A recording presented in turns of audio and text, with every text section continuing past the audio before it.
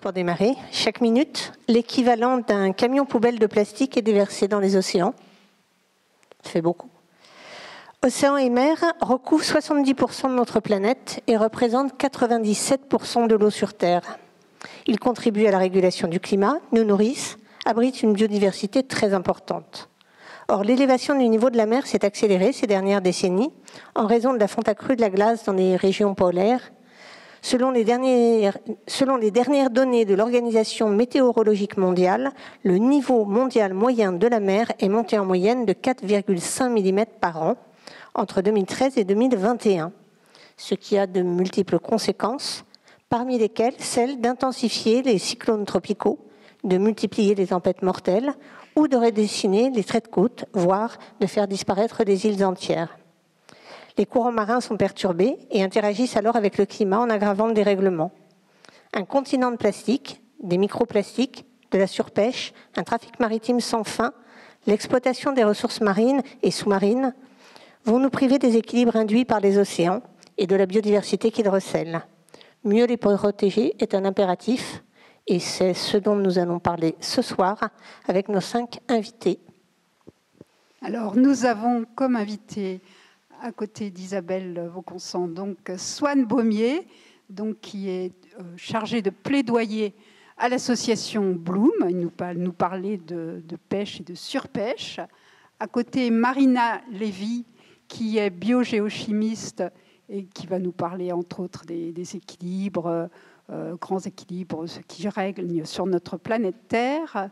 À côté, nous avons donc Joachim Claudet, qui est donc aussi également chercheur et spécialiste, entre autres, des aires marines protégées. Puis Françoise Gaël, qui est biologiste marine, spécialiste des grands fonds. Je fais court, hein, parce que vous avez chacun plein de cordes à votre arc, mais voilà, je fais un peu plus court. Et à côté de moi, Guillaume Saint-Denis, qui est actuellement responsable du plan bleu pour la Méditerranée et qui a passé pas mal de temps dans les cabinets ministériels. Voilà. Donc, pour lancer le débat, pour bien comprendre l'importance de l'océan, et en quoi tout est lié, et la santé de l'océan est liée aussi à notre santé, je vais demander à Marina Lévy, quel rôle joue l'océan dans les équilibres de notre planète Terre. Bonjour, merci beaucoup. Merci d'être là.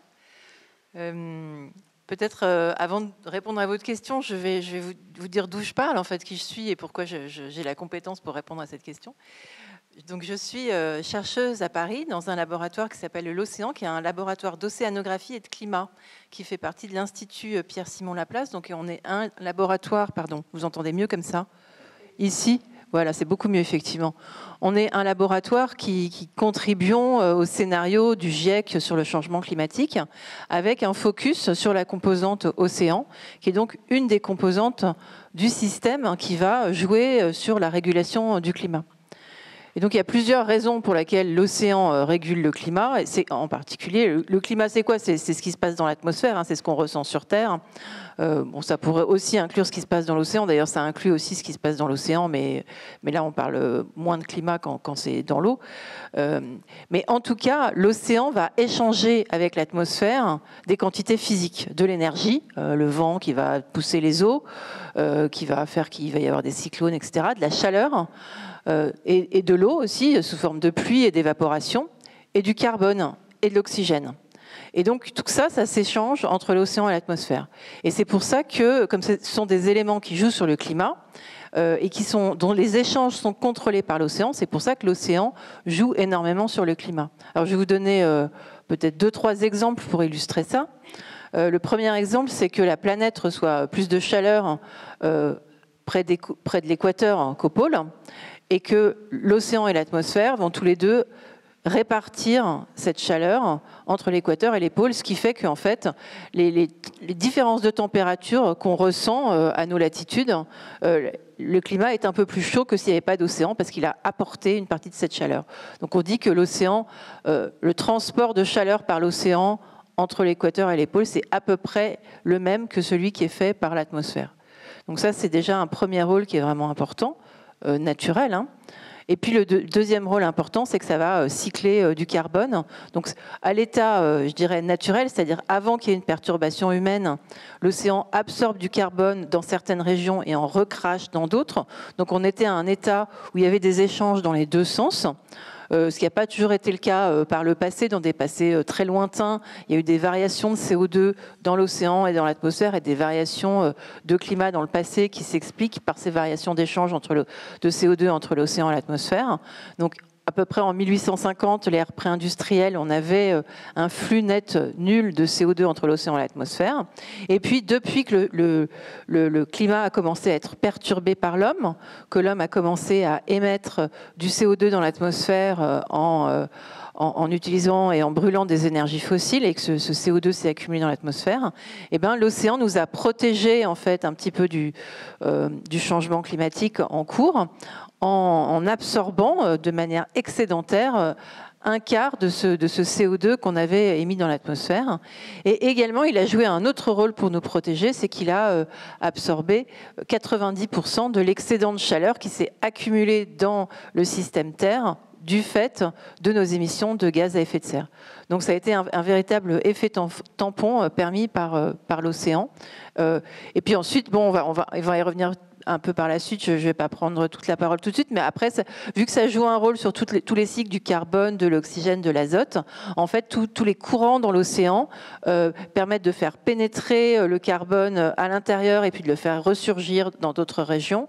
Et ça, c'est aussi très important pour la vie dans l'océan et pour toute la photosynthèse qui nécessite des mouvements ascendants d'azote, de nutriments qui vont permettre à la photosynthèse d'exister dans la couche éclairée de surface.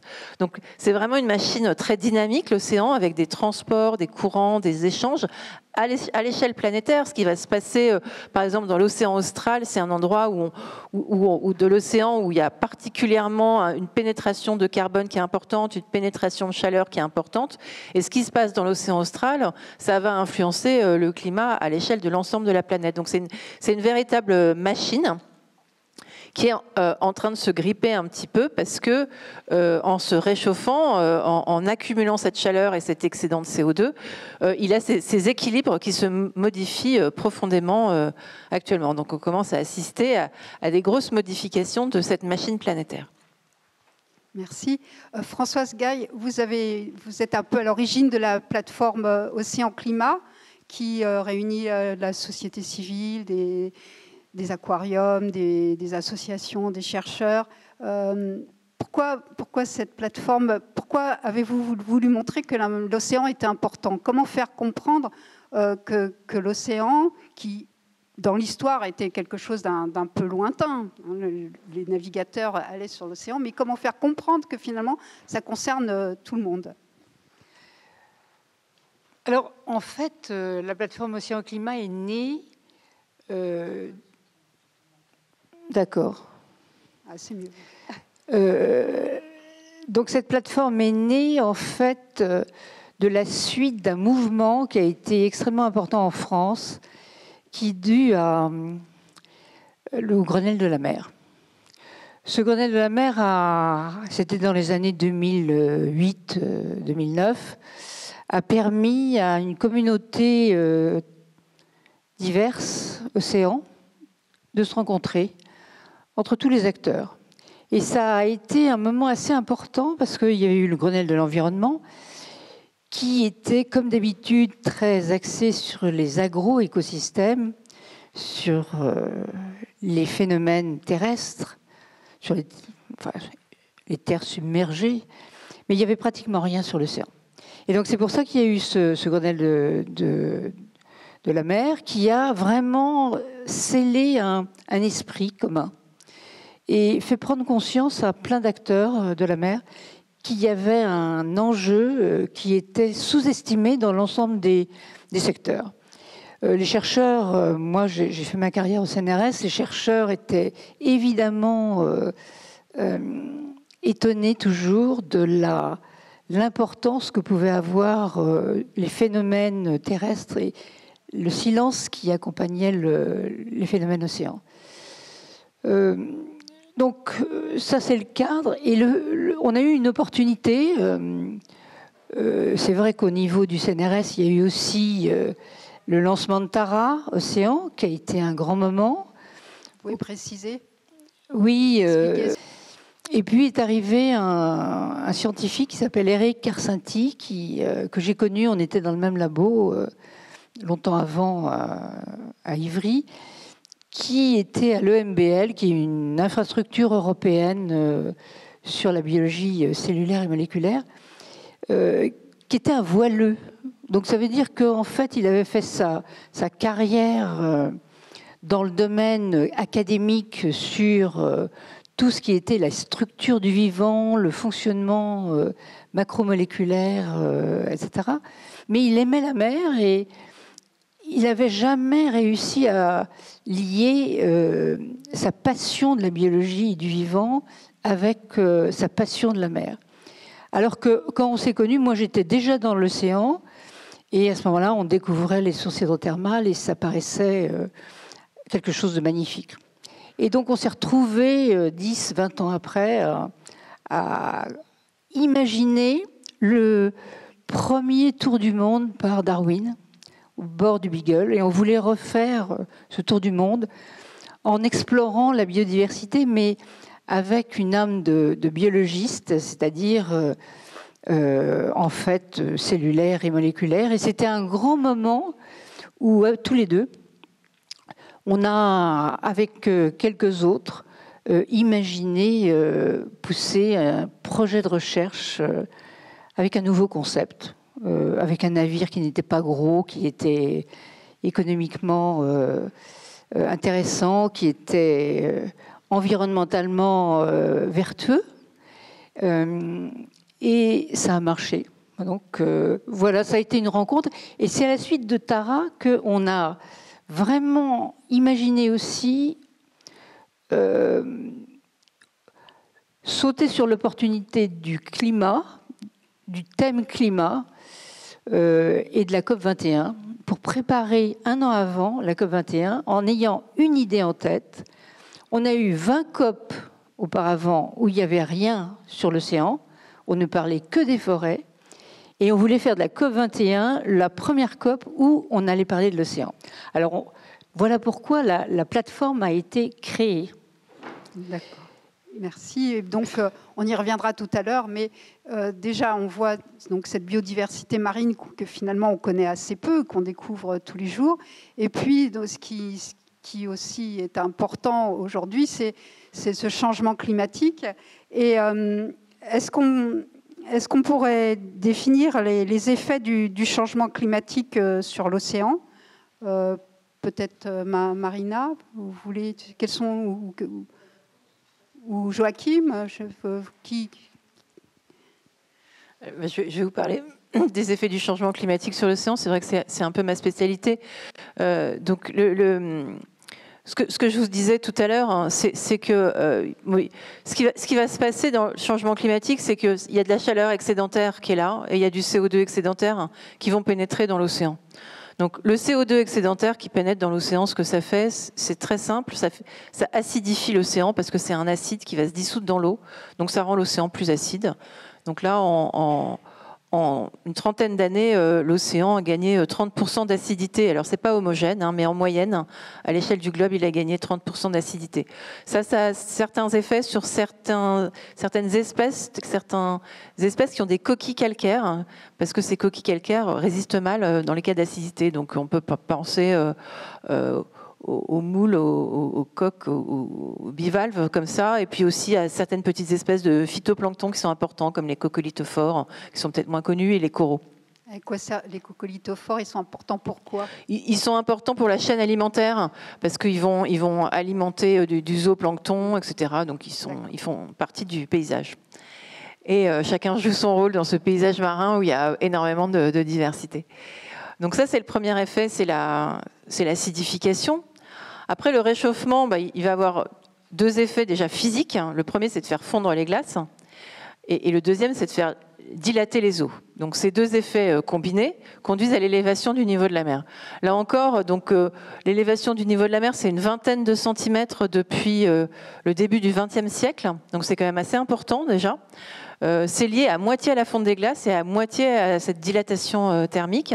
Et effectivement, ça s'accélère. C'est-à-dire que ces 10 dernières années, on a vu le taux d'augmentation du niveau de la mer a doublé, ce qui est vraiment énorme. Et ça, c'est lié essentiellement à la fonte des glaces qui est beaucoup plus rapide. Donc ça, c'est le deuxième effet. Le niveau de la mer monte. Donc après, il y a les conséquences qui vont derrière, c'est-à-dire le trait de côte qui va se déplacer, et puis des inondations qui vont être plus nombreuses, et surtout une sensibilité aux tempêtes, aux surcôtes, qui va être plus important. Souvent, on se dit 20 cm, c'est pas grand-chose. Il faut imaginer, ce que j'aime bien imaginer, c'est un enfant dans une baignoire. Donc vous prenez une baignoire, vous mettez un enfant dedans, et si vous montez un petit peu le niveau de l'eau et que ça déborde toujours pas, c'est pas très grave. Mais si l'enfant il commence à s'agiter, si l'eau elle était plus basse, ça déborde pas, alors que si l'eau elle monte, tout de suite on a de l'eau qui déborde partout. C'est un petit peu la même chose avec l'océan, c'est-à-dire qu'un niveau de la mer plus haut, si vous avez une tempête dessus, ça fait plus d'inondations, ça fait plus de dégâts. Et donc c'est ça l'effet principal. Alors ensuite, après l'acidification, l'élévation du niveau de la mer, vous avez l'augmentation des températures, évidemment. Donc l'augmentation des températures de l'eau, c'est en surface à peu près 1 degré depuis 30 ans à peu près. Donc ce qui est vraiment élevé, parce que donc là, ça sera mes collègues biologistes qui en parleront mieux que moi, mais les organismes, ce qu'il faut savoir, c'est que autant nous sur Terre, on a des saisons qui sont importantes, des variations de température au cours de la saison qui sont importantes. Donc typiquement, là, à Paris, ça va de moins 10 à 40, disons. Donc on a un métabolisme qui est capable de s'adapter dans l'eau, dans beaucoup de régions de l'eau. Et plus on s'enfonce en profondeur, moins les gradients thermiques au cours de l'année sont importants. Donc souvent, c'est à peine de quelques degrés. Donc 1 degré de plus, ça fait que certaines espèces arrivent moins bien à adapter leur métabolisme. Je suis désolée, j'ai une longue liste. Je continue. Quand vous augmentez aussi la température, ce que ça fait, c'est comme sur Terre. C'est pas que l'augmentation de la température moyenne, vous avez aussi l'augmentation des extrêmes. Donc sur Terre, on a des canicules, vous avez des canicules en été, durant lesquelles vous avez très chaud. C'est la même chose dans la mer. Il y a des canicules marines, qui sont des moments où les eaux, elles sont vraiment exceptionnellement chaudes, genre 5-6 degrés au-dessus des normales saisonnières. On a eu en Méditerranée 3 étés de suite des eaux qui dépassaient les 27 degrés, ça pouvait même monter à 30 degrés pendant plusieurs semaines et sur des zones qui sont de plus en plus grandes. Donc ces canicules marines, leur amplitude et leur superficie, elles augmentent de manière énorme. Ces 10 dernières années, on a vu ça monter en flèche. Et ça a des conséquences vraiment dramatiques. Déjà, les phénomènes de blanchiment de coraux, souvent c'est dû à ces canicules marines. En 2024, c'était le 4e phénomène de blanchiment de corail le plus intense. Donc le blanchiment de corail, c'est quoi? C'est quand le corail il est soumis à un stress et puis il va éjecter les petits organismes qui vivent en symbiose avec lui, qui lui donnent de la couleur, ce qui le fragilise et ce qui peut conduire à sa mort. Et c'est pour ça qu'aujourd'hui, on a perdu 50% des coraux, en grande partie à cause de cette augmentation de température et ces processus de blanchiment qui vont les uns derrière les autres. Et ça ne va pas s'arranger dans les années à venir. C'est une liste à la Prévert, les conséquences climatiques. Et puis aussi, l'élévation de la température de l'eau, ça peut donner aussi des épisodes cévenols assez forts qu'on a vus avec donc l'eau qui s'évapore et la pluie qui retombe, non? Voilà, aussi. Après, il y a des événements météorologiques, puis les cyclones tropicaux aussi. Donc, on montre pas qu'il y a une augmentation du nombre de cyclones tropicaux. Par contre, l'intensité des cyclones a tendance à devenir un peu plus forte du fait du réchauffement. Et puis alors ensuite, qu'est-ce qu'on a? On a plus les eaux sont chaudes, moins elles peuvent contenir d'oxygène. Donc on a une augmentation des zones de l'océan qui sont appelées des zones mortes, qui sont des zones sans oxygène, qui sont donc des zones où les poissons ne peuvent pas respirer. Et quand on a des événements de canicules marines qui peuvent être intenses, on observe parfois des événements de mortalité de poissons. Il y a des plages qui vont se couvrir de milliers de poissons en quelques jours parce qu'ils sont morts étouffés. Donc ça, c'est une autre conséquence des canicules marines. Bon, voilà, j'ai déjà fait une liste un peu apocalyptique. Donc, ça a beaucoup d'effets sur les écosystèmes, hein, et puis sur les humains à travers les catastrophes naturelles, effectivement. On va continuer sur les menaces qui pèsent sur l'océan. Ensuite, on abordera les solutions et les notes d'espoir, mais il faut quand même avoir un tableau un peu complet. Swan Baumier, vous pouvez aussi nous parler de la pêche et de la surpêche, puisque à Bloom, vous êtes bien placé pour observer ces phénomènes. Oui. Peut-être nous rappeler aussi que notre alimentation dépend beaucoup aussi de la pêche. Oui, alors c'est moins le cas en Europe que dans d'autres régions, mais il y a des régions, il y a une partie de l'humanité dont la sécurité alimentaire dépend de l'océan, ce qui n'est pas le cas en France où la sécurité alimentaire liée à l'océan est extrêmement faible. Il faut savoir que dans toutes ces menaces, quand l'IPBES, donc la plateforme intergouvernementale sur les écosystèmes, a publié son rapport en 2019, elle a essayé un peu de classer les différentes menaces qui pesaient sur l'océan. Et on a vu que le dérèglement climatique et nos émissions de carbone sont en train de dérégler et de détruire une bonne partie du système océanique, mais historiquement, sur les 50 dernières années, l'IPBES nous a montré que la première cause de destruction de la biodiversité marine, c'était la pêche. La pêche, et quand on y pense dans le système pour ce qui est de l'Europe, ça va être surtout la pêche industrielle, en tout cas la pêche qui utilise des techniques de pêche destructrices qui vont, elles, avoir un impact absolument majeur sur l'océan. Et les eaux européennes, et là-dessus, après, Joachim aussi pourra rebondir là-dessus, mais les eaux européennes sont parmi celles qui sont les plus chalutées, parce qu'on a historiquement, le chalutage a été inventé il y a très longtemps. Les premières traces historiques de l'ancêtre du chalut, ça remonte au XIVe siècle. Et dès le XIVe siècle, les pêcheurs se sont rendus compte de la capacité de destruction du chalutage. Le chalutage, ça consiste à traîner derrière un navire un filet, ou bien qui est lesté avec des chaînes ou des panneaux métalliques qui va être lesté sur le fond, ou bien de le lester de façon beaucoup plus fine avec des bouées pour que le filet, théoriquement, reste en train de flotter dans la colonne d'eau. Et ensuite, ce filet, on va le tirer derrière le bateau, et donc on attrape tout sur son passage. À l'inverse, on a les arts dormants dans lesquels on pose donc un casier, une ligne ou un filet, et là c'est les poissons qui vont en fait se prendre là-dedans. Là où le chalutage va être extrêmement destructeur, c'est que donc dans une certaine partie des cas, il va racler les fonds marins, et dans l'autre cas, il va attraper tout ce qu'il y a dans la colonne d'eau, et dans un certain nombre de cas, selon la profondeur des fonds, selon la quantité de poissons qu'il y a dans le filet, etc., va lui aussi potentiellement racler les fonds marins. Et donc le chalutage a contribué à vider l'océan. Il y a plusieurs papiers qui le montrent, et Joachim, je pense, pourra compléter avec d'autres papiers, mais il y en a un qui est très très marquant dans les eaux britanniques.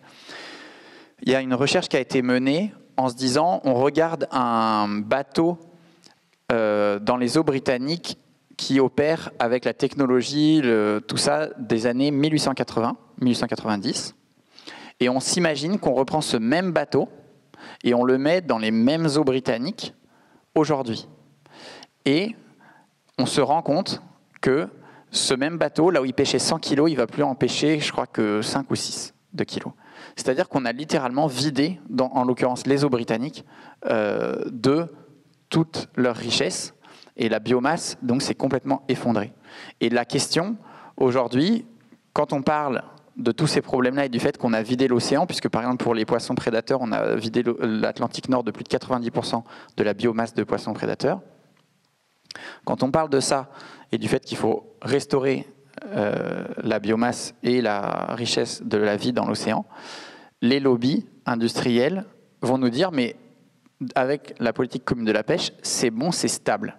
Et donc en fait, ce qu'on voit dans les courbes depuis les années 50, c'est qu'effectivement, ça s'est stabilisé pour les espèces qu'on suit, donc les espèces commerciales pour lesquelles on a un suivi. Pour les espèces non commerciales qui ne sont pas suivies, on ne sait pas du tout si c'est stabilisé.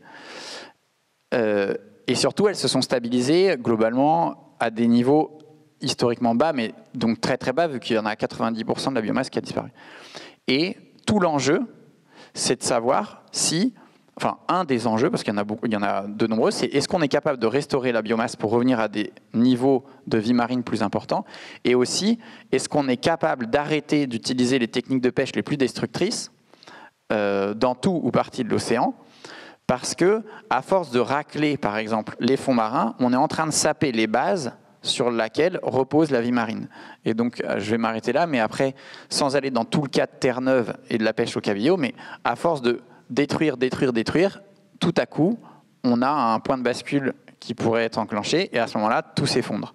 Et donc, tout l'enjeu aujourd'hui de ce qui va se passer dans 3 semaines à Nice avec la conférence des Nations Unies sur l'océan, c'est de savoir si, après ce qui a été adopté en décembre 2022 à Montréal à la COP 15 sur la biodiversité, qui était 30% de protection du milieu marin, 30% de l'océan protégé, est-ce qu'on va être capable de définir ce qu'est la protection, et ce qui va permettre de passer la parole à Joachim, puisque en France, on dit qu'on a 30% d'aires marines protégées, mais Joachim nous a montré qu'en France métropolitaine, sont réellement protégés, moins de 0,1% de nos eaux, quand on regarde ce qu'est la protection telle que définie par les scientifiques.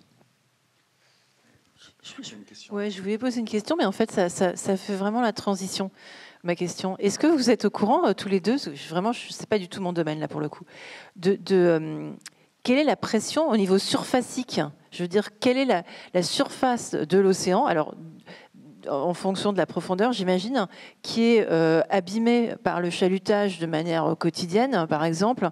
Et est-ce que c'est 90% de l'océan? Est-ce que c'est voilà, ça, j'ai aucune idée. Et, par exemple, on dit il n'y a que 0,1% de l'océan qui est protégé. Est-ce que ça veut dire que 99,9% sont saccagés? C'est ça ma question.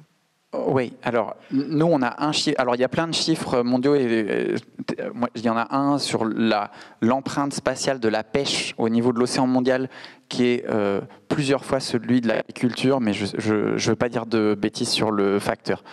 Mais par contre, il y a un chiffre qu'on a étudié, qui a été publié dans les recherches d'Alliot, dans des recherches qu'elles ont faites tout récemment, pour regarder donc l'industrie du chalut en France, puisque aujourd'hui la politique française de la pêche et la politique européenne de la pêche est dictée par le lobby du chalutage. Et donc on a regardé les chalutiers français. Il faut savoir que les chalutiers français, il y en a 800, donc c'est tout petit en termes de nombre, en termes d'emploi aussi, c'est 3 fois rien. Donc le problème de la transition et de la sortie du chalutage, c'est pas du tout un problème de la même ampleur, par exemple, que je sais pas, l'industrie de l'automobile ou l'industrie même des coiffeurs. Il y a plus de coiffeurs à Paris qu'il y a de pêcheurs embarqués à bord de chalutiers. Par contre, ces 800 navires, quand on regarde la largeur de leurs filets et la surface sur laquelle ils traînent leurs filets par an, les chercheurs ont estimé que les 800 navires sont responsables de l'abrasion de 670 000 km² de fonds marins chaque année. Donc parfois, ils peuvent passer 2 fois au même endroit, je crois. Mais 670 000 km² de fonds marins qui sont raclés, parce que là, c'est seulement pour les chalutiers de fond, 670 000 km² de fonds marins qui sont raclés chaque année, c'est la surface de la France métropolitaine, de l'Hexagone, de la Belgique et de la Suisse combinée. Donc, chaque année, on racle une surface équivalente à la France, la Belgique et la Suisse avec des filets lestés. Et la cerise sur le gâteau, et après je passe la parole à Joachim, c'est que tout ça, ça se fait avec notre argent, parce que vous comprenez bien, pour tirer un filet sur les fonds, il faut avoir un gros moteur. Et on donne en cadeau 200 millions d'euros en détaxe gasoil à l'industrie de la pêche en France. Une très très vaste majorité de cette détaxe va aux chalutiers. Pour vous donner une idée, sur les 200 millions d'euros de détaxe gasoil qu'on donne au secteur de la pêche, il y en a 100 millions qui est capté par les 4% de la flotte, les 100 navires de plus de 25 mètres. Et donc, globalement, on participe, nous, directement, par des subventions publiques, à la destruction des fonds marins d'une ampleur absolument phénoménale. Je ne sais plus trop quelle était la question, moi, pour rebondir, mais oui, je vais parler d'aires marines protégées, mais juste par rapport au chalut, donc j'ai compris, il faut toucher son... C'est très bizarre, il faut toucher... le chalut, moi, j'ai pas de chiffres à te donner, mais en pourcentage de zones économiques exclusives. Mais ce qu'il faut savoir, c'est que la plupart des habitats qui sont chalutables, parce qu'il faut une certaine profondeur, il faut que ce soit relativement plat, il ne faut pas qu'il y ait d'obstacles, etc., le sont. Donc en fait, regarder ça par rapport à la ZEE totale, c'est pas ça qui serait, de mon point de vue, le plus pertinent, c'est plutôt par rapport aux zones chalutables. Et ça, je pense que c'est presque 100% de ce qui est chalutable l'est, et chaluté, et ils cherchent même à aller de plus en plus profond. C'est-à-dire que la pêche va de plus en plus profond, puisqu'il y a plus grand-chose à pêcher dans les zones qui sont jusqu'à maintenant pêchées. Et tout à l'heure, Marina Lévy vous a parlé de tous les effets du changement climatique sur l'océan. Je vais en rajouter, je me permets d'en rajouter un petit, parce qu'elle a dit que la liste était longue, hein, donc je suis sûr qu'elle l'aurait fait si elle avait continué à parler. Mais c'est que, donc elle a dit tous les effets néfastes qu'il y avait sur des vagues de chaleur sur des espèces comme les coraux ou les gorgones marines, avec des mortalités de masse, parce que ces espèces ne peuvent pas se déplacer. C'est ce qu'on appelle les espèces sessiles, elles sont accrochées sur le fond. Mais il y a toutes les espèces qui bougent, au premier rang desquelles les poissons, eux se déplacent. Et donc un autre effet du changement climatique, c'est que les peuplements de poissons changent, avec d'une part des effets cascades, parce qu'il y a des nouvelles espèces qui arrivent, qui n'ont pas nécessairement de prédateurs, et donc qui se mettent à se reproduire beaucoup plus qu'elles ne le devraient, qui mangent tout ce que mangent les autres, etc. Donc ça peut conduire à des appauvrissements après de biodiversité. Donc c'est pas parce qu'il y a des nouvelles espèces qu'on gagne de la biodiversité, ça peut avoir des effets contraires. Mais aussi, c'est que les espèces qui sont pêchées, à un endroit donné, se déplacent. Et comme tout se réchauffe, les espèces bougent parce qu'elles vont suivre les conditions qui font qu'elles peuvent vivre, et donc les espèces remontent vers les pôles. Donc nous, dans notre hémisphère, ça va vers le nord, hémisphère sud, les poissons descendent. Et donc il y a un impact du changement climatique aussi sur nos usages à nous, en particulier sur la pêche. Et comme d'habitude, c'est la ceinture intertropicale qui est le plus impactée, et c'est là où justement, Swan le disait, des populations entières sont dépendantes de la pêche pour la sécurité alimentaire en termes de protéines, de nutriments, etc. Et c'est eux les plus impactés, d'une part par les manifestations directes du changement climatique, les cyclones, etc., et par les manifestations qu'on pourrait appeler indirectes, les changements liés à la pêche, et ils perdent des zones, enfin des poissons et des populations entièrement qui peuvent être pêchées. Et c'est eux qui ont moins contribué, donc il y a des problèmes bien évidemment d'équité dans la distribution des coûts liés à tout ça.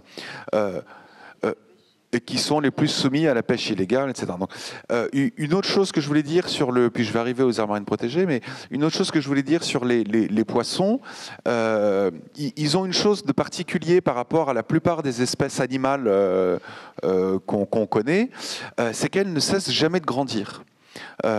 Et donc, quand ont été mentionnés les impacts sur la pêche précédemment, si on regarde des photos de ce qui était pêché il y a 50 ans, on a l'impression que c'est des poissons qui viennent de la mythologie grecque. C'est-à-dire des espèces qu'on connaît aujourd'hui, mais des tailles qu'on ne pouvait même pas soupçonner qui existaient. Parce qu'en fait, à force de trop pêcher, comme on a pêché, et il y a un terme académique dans la littérature scientifique qui a été accepté pour ça, on pêche fishing down the food web. Donc je ne sais pas comment bien le dire en français, mais on redescend la chaîne trophique en pêchant, parce qu'on pêche de plus en plus petit, parce qu'on a pêché tous les gros poissons. Et au-delà de se dire c'est dommageable la pêche à pêcher trop de poissons, c'est que les poissons les plus gros, ils ont une autre particularité, les poissons, c'est que leur capacité à produire des gamètes est exponentielle par rapport à leur taille. C'est pas juste proportionnel, c'est exponentiel. Donc plus les poissons sont gros, plus ils se reproduisent. Et donc plus ils ont une capacité à repeupler les océans. Et en fait, à force de pêcher des individus les plus gros, et maintenant de plus en plus petits, on détruit la capacité des populations de poissons à se reproduire et donc à continuer à alimenter la pêche et à la rendre durable. Et donc il y a des impacts, encore une fois, en cascade sur les écosystèmes de ça. Et une des manières de régler ce problème, enfin de le régler, de tenter de le traiter, il y en a deux en fait. C'est de la gestion de l'effort de pêche, gérer la manière dont on va pêcher un peu plus, un peu moins, pêcher un peu mieux, à différents endroits, etc. On sait plus ou moins ce qu'il faut faire, mais on sait qu'on ne le fait pas bien parce qu'on sait qu'il faut avoir une approche écosystémique des pêches. C'est-à-dire que on sait plus ou moins gérer, on sait, théoriquement, c'est-à-dire, ça ne veut pas dire que c'est appliqué, mais on sait ce qu'il faudrait faire pour bien gérer une population donnée d'un poisson. Sauf que ce poisson, quand il est à l'état de larve ou jeune, il est mangé par d'autres. Et quand il est grand, il va manger d'autres espèces.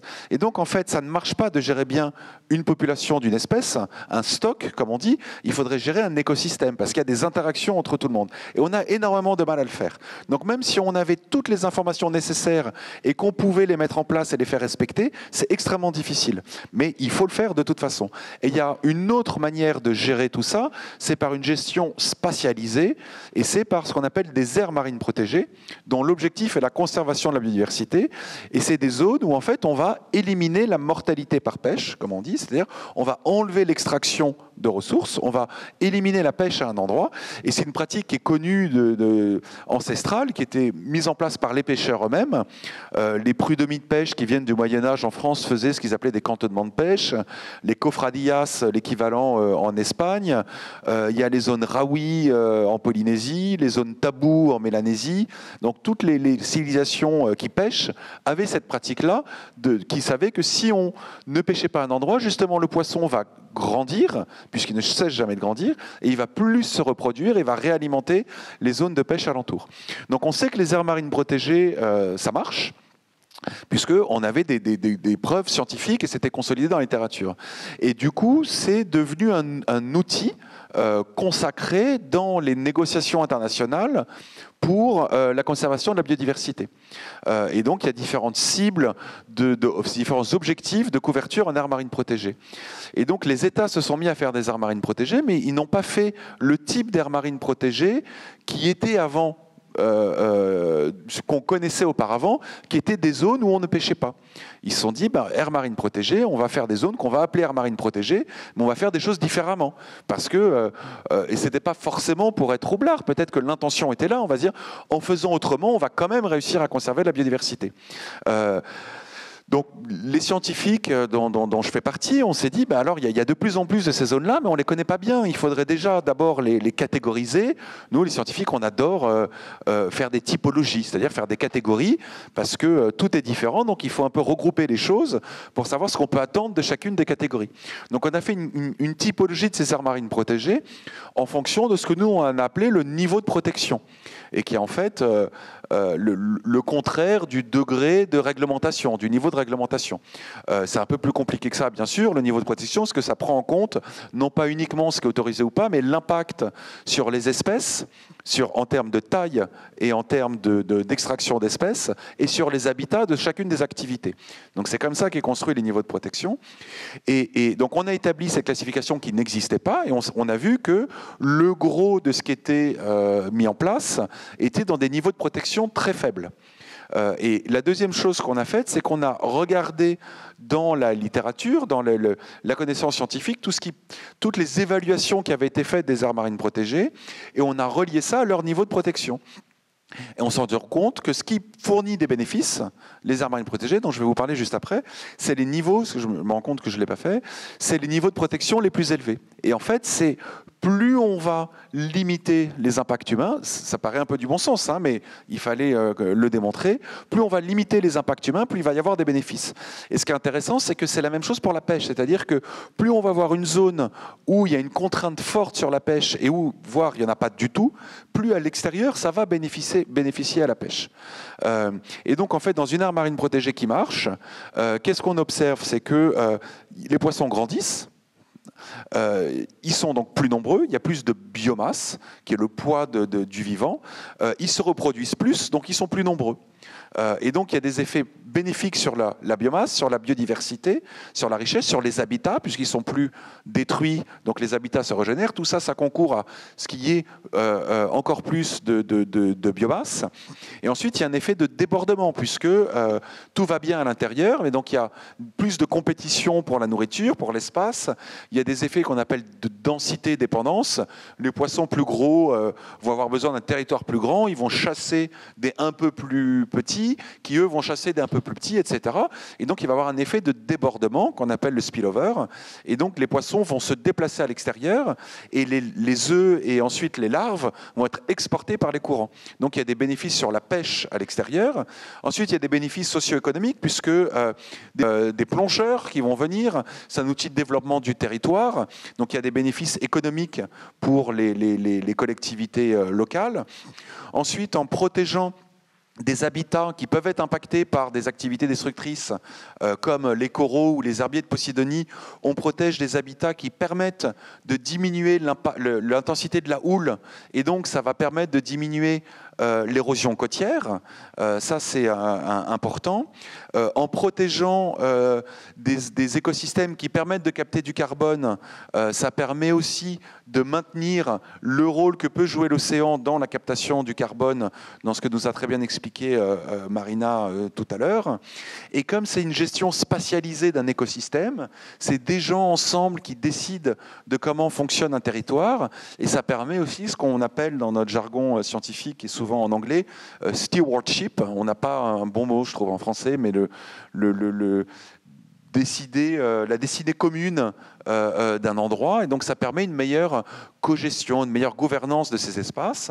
Et ensuite, alors de manière très égoïste, les chercheurs aussi, on aime beaucoup les aires marines protégées qui protègent bien, parce qu'en éliminant une partie des impacts humains dans une zone, on va mieux comprendre comment, par exemple, les écosystèmes vont répondre au changement climatique, parce que ça ne va pas être mélangé avec d'autres types d'impacts. Donc il y a énormément de chercheurs qui travaillent dans des aires marines protégées, pas du tout parce qu'ils s'intéressent à la conservation, mais parce que c'est des zones un peu laboratoires où on va éliminer certaines pressions, on peut mieux en comprendre d'autres. Et donc pour répondre, j'ai peut-être parlé trop longtemps, mais pour répondre à la perche qui était tendue, c'est que quand on regarde, donc pour 2030, les États au niveau de la planète, dans la COP biodiversité, donc il y a plein de COP, il y a la COP climat, la COP biodiversité, la COP des déserts, la COP de l'eau, il y a des COP dans tous les sens.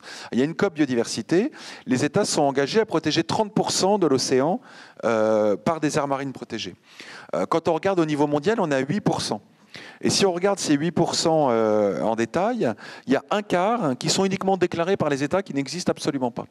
C'est juste déclaré, il n'y a même pas de points sur une carte, etc. Il n'existe pas. Donc un quart. Ensuite, un tiers, c'est des zones qui sont non compatibles avec la conservation de la biodiversité par rapport à la définition internationale et aux lignes directrices de l'IUCN, donc l'Union internationale de la conservation de la nature, parce qu'elles vont autoriser les activités industrielles, ou alors elles vont autoriser le chalutage de fond, ou alors parfois il n'y a aucune différence de réglementation entre l'intérieur et l'extérieur. Et donc, il reste au niveau global très peu de ce qui est annoncé, qui est réellement protégé. Et quand on regarde en France, l'écart est encore plus grand, parce que la France annonce 30%. Donc, on a déjà rempli l'objectif. On pourrait se dire, job is done, c'est formidable, on a atteint notre objectif, ce qui est le cas factuellement. Et ce qui est même en Méditerranée, la France revendique 60% de la Méditerranée recouverte par une aire marine protégée. Il n'y a aucun pays qui revendique autant d'aires marines protégées. Et je ne connais aucun chercheur qui a dit qu'il faudrait faire 60% d'aires marines protégées. La France l'a fait. C'est bien, peut-être. On peut se dire que c'est bien, je ne sais pas. 40% en Atlantique. Atlantique, Manche-Mer du Nord.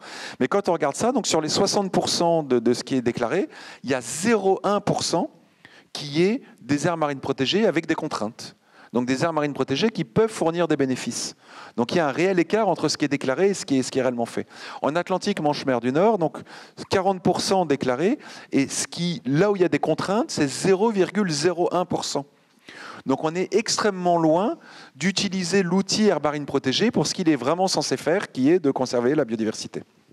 Je propose qu'on passe le micro à Guillaume pour qu'il nous parle de la Méditerranée, des usages particulièrement forts qui sont en Méditerranée et des zones protégées de la Méditerranée.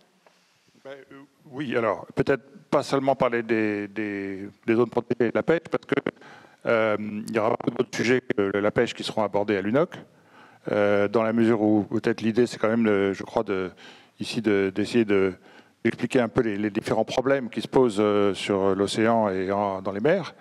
Et alors, il y en a plusieurs. Le premier problème, et puis aussi ceux auxquels tout le monde peut faire quelque chose. Sur la pêche, il y a beaucoup de gens qui ne peuvent pas faire grand-chose, même si le problème est important, évidemment. Mais un problème sur lequel je voudrais beaucoup insister, c'est la liaison entre l'océan, la mer et le littoral.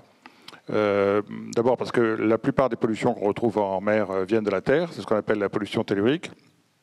Et ensuite parce qu'en France, on a une très bonne politique de protection du littoral, mais une moins bonne politique de protection de la mer. Et le concept qui est ascendant, à la fois au niveau de l'Union européenne et au niveau mondial, c'est le concept de gestion intégrée des zones côtières, c'est-à-dire de dire qu'il faut gérer à la fois la bande terrestre et la bande marine de la mer, et puis il faut non pas juxtaposer les activités, mais les gérer ensemble. Alors la Méditerranée a une particularité, c'est que c'est le seul endroit du monde où il existe un traité international sur le littoral.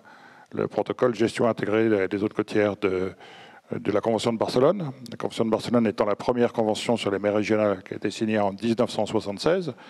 Donc c'est une vieille dame puisqu'elle va bientôt fêter ses 50 ans l'an prochain. Donc ça c'est un sujet important, c'est l'interface terre-mer. Sachant que c'est une interface qui est très riche en termes de biodiversité et très riche aussi en termes de paysage, mais aussi très peuplée en activité humaine, en activité industrielle, etc. Avec un enjeu économique très important qui est le problème de la submersion marine ou de l'érosion marine provoquée par le changement climatique et l'élévation du niveau de la mer. Et le fait que dans quelques endroits, et qui vont être de plus en plus nombreux, il va falloir reculer un certain nombre d'installations touristiques, par exemple, avant de reculer ensuite un certain nombre d'habitations humaines. Bon, ça c'est un premier sujet. Le deuxième sujet qui est extrêmement important, c'est le sujet du trafic maritime, évidemment, parce que le trafic maritime provoque beaucoup de problèmes, d'abord des émissions de gaz à effet de serre, bien sûr, mais aussi des polluants atmosphériques et maritimes, et puis le bruit sous-marin, qui est un sujet qui est encore sous-valorisé, alors que je crois que les recherches montrent de plus en plus l'importance du bruit sous-marin. Et là aussi, la Méditerranée est un cas tout à fait exemplaire, parce que la Méditerranée, c'est en gros 0,8% de la surface des mers et des océans, mais 25% du trafic maritime. Donc c'est probablement une des mers les plus bruyantes au monde. Et les effets, évidemment, sur la vie sous-marine sont très importants et sans doute très sous-estimés. Il y a un autre sujet qui est le sujet du développement des usages de la mer. Si vous y réfléchissez bien, dans le temps, il ne se passait pas grand-chose en mer. D'ailleurs, il y a un très beau livre de l'historien Alain Corbin, que vous connaissez peut-être, qui s'appelle « Le désir du rivage », et qui montre très très bien que les gens, pendant très très longtemps, ont eu très peur de la mer et s'installaient le plus loin possible de la mer. On allait en mer que vraiment quand on était obligé, c'est-à-dire pour pêcher, pour faire la guerre et pour transporter les choses. Mais on se mettait plutôt sur des collines en hauteur, etc. Et depuis le 19e siècle, en gros, on a un développement des usages de la mer, le tourisme, la natation, les sports nautiques, la voile, les régates, les bateaux à moteur, les jet skis, les éoliennes en mer et toutes ces choses-là. Donc on a l'arrivée d'activités économiques en mer qui n'existaient pas auparavant. Et évidemment, il y a des conflits d'usage entre la pêche, par exemple, et certaines activités industrielles. Et parmi les difficultés qu'on a pour créer des aires protégées, il n'y a pas que la pêche, il y a aussi le fait qu'il y a un certain nombre de zones dans lesquelles, par exemple, on veut mettre des éoliennes. Si je prends l'exemple de la Méditerranée, les éoliennes en mer seront... Alors, en Méditerranée, on va faire des éoliennes flottantes, parce que c'est une mer assez profonde. Mais d'abord, les bouées, il faut bien les attacher au fond, quand même. Donc, il y a quand même un impact sur le fond. Et ensuite... la plupart seront dans le golfe du Lion parce que c'est là où il y a beaucoup de vent. Mais le problème du golfe du Lion, c'est qu'il y a un grand plateau sous-marin qui s'étend assez loin, et puis ensuite un apic, et donc c'est l'endroit où il y a beaucoup de cétacés du fait de cette morphologie. Et aujourd'hui, on connaît certains aspects des impacts des éoliennes, mais on n'en connaît pas d'autres. Par exemple, le bruit qui est commis par les éoliennes va s'ajouter aux autres bruits existants. Et le golfe du Lion est aussi une zone migratoire assez importante, par exemple entre la Camargue et le Coto d'Aniana. On sait mesurer assez bien la mortalité aviaire des éoliennes terrestres parce qu'on compte les cadavres au sol. En mer, on ne sait pas parce que les oiseaux coulent, donc on aura un peu de mal à évaluer ça. Et puis une autre chose qui est un peu embêtante sur les éoliennes en mer et qui, je crois, fait que c'est un sujet qui est plus pénalisant pour la biodiversité que les éoliennes à terre, c'est que à terre, on a en gros inventorié les milieux naturels, on sait en gros où est la biodiversité. Alors, c'est pas vrai partout, c'est pas vrai pour une partie de la biodiversité souterraine, etc. Mais en gros, et on a en gros des mesures qui permettent, c'est pas idéal, il y a des dégâts sur la biodiversité, mais d'atténuer ces dégâts sur la biodiversité. Par exemple, on ne met pas les éoliennes près des lisières parce qu'on sait que c'est mauvais pour les chiroptères, on connaît les voies migratoires, etc. En mer, on ne connaît pas. Donc, à terre, on peut choisir ce qu'on appelle la localisation de moindre impact. En mer, on ne peut pas la choisir, parce qu'on ne sait pas. Donc, on risque de mettre les éoliennes dans des endroits extrêmement riches, puisqu'on installe les éoliennes avant d'avoir inventorié le fond des mers. Donc, voilà un deuxième exemple. Il y a un troisième exemple qui est lié à celui de la pêche, qui est l'aquaculture, évidemment. Bon, je ne suis pas un spécialiste de l'aquaculture, mais on voit bien que ça se développe à très grande vitesse, et il y a des risques de pollution génétique, etc. Et puis, il y a un autre sujet qui se développe beaucoup aussi en Méditerranée, mais ailleurs, qui est la désalinisation. Alors, le problème de la désalinisation, c'est que, d'une part, ça rejette des saumures, et d'autre part, les pays qui installent ça sont des pays qui ont un mix énergétique qui est très fossile. Et donc, c'est très énergivore, la désalinisation. Et donc, il faut beaucoup d'énergie. Et donc, c'est une chose qui contribue à émettre des gaz à effet de serre. Voilà. Parmi les autres sujets qui se posent, il y a évidemment celui des fonds marins, qui est un sujet très compliqué et très technique, avec donc là, un conflit entre ceux qui sont pour exploiter tout de suite les fonds marins, ce qui n'est pas si facile que ça, parce que c'est quand même très coûteux et les techniques permettent d'aller jusqu'à une certaine profondeur, mais pas forcément partout. Et puis ceux qui pensent qu'il faut d'abord connaître avant d'exploiter un jour ou jamais exploiter. Bon, c'est un débat qui a été réanimé récemment par le fait que Trump s'est prononcé sur le sujet.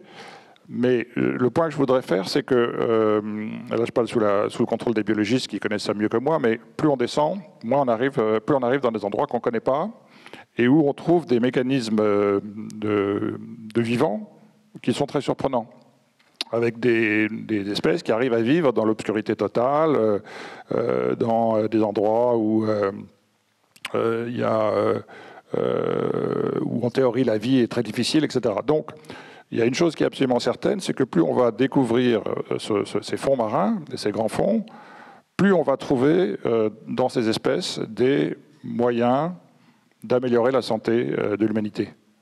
C'est-à-dire, aujourd'hui, vous avez à peu près 40% des médicaments qui viennent de la biodiversité. Par exemple, on utilise beaucoup les coraux pour lutter contre certains cancers. On va trouver dans le fond des mers un certain nombre de substances qui, à 100%, il est certain à 100% qu'on va en trouver. Ce qu'on ne sait pas, c'est dans combien de temps et combien. Mais il est certain qu'on va trouver des choses qui vont améliorer considérablement et qui vont permettre de soigner des maladies qu'on ne sait pas soigner ou de mieux soigner certaines maladies. Donc rien que pour ça, c'est une raison, me semble-t-il, suffisante pour appliquer une sorte de principe de précaution à l'exploitation des grands fonds marins, parce que les exploiter de façon, comment dirais-je, un peu sauvage ou non réglementée avant de les connaître, risquerait d'un simple point de vue économique de les exploiter d'une façon économiquement non bonne, c'est-à-dire pas forcément de la façon économique la plus utile à l'humanité.